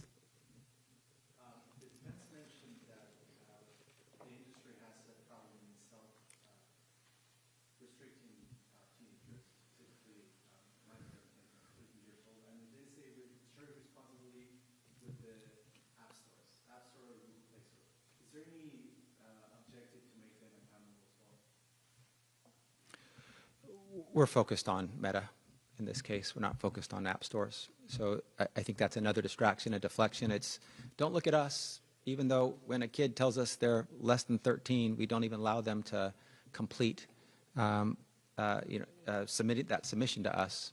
Don't mind the fact that we know that there are young folks on our platform, and we're happy to have them because they're special, because they give us more teen time spent. Go look at the app stores. We're not worried about the app stores. Meta is accountable for Meta. What it knew, what it didn't do, knowing that, and how it lied to the public. So we're focused on Meta, not app stores. What do you think about the comparisons between big tobacco and settlement in the late 90s with what is happening in the There are several parallels. First, they're both bipartisan state AG investigations. Second, they both are happening in a context where Congress failed to act. And third, they both involve public health and, in some cases, marketing to kids that hurt kids' health. Think all the efforts around Joe Camel back then that were harming kids' health.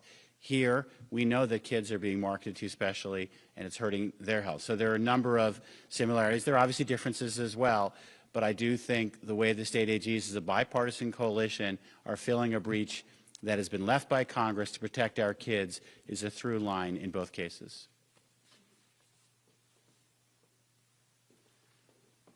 Any other questions? Thank you so much for joining us today. Thank you.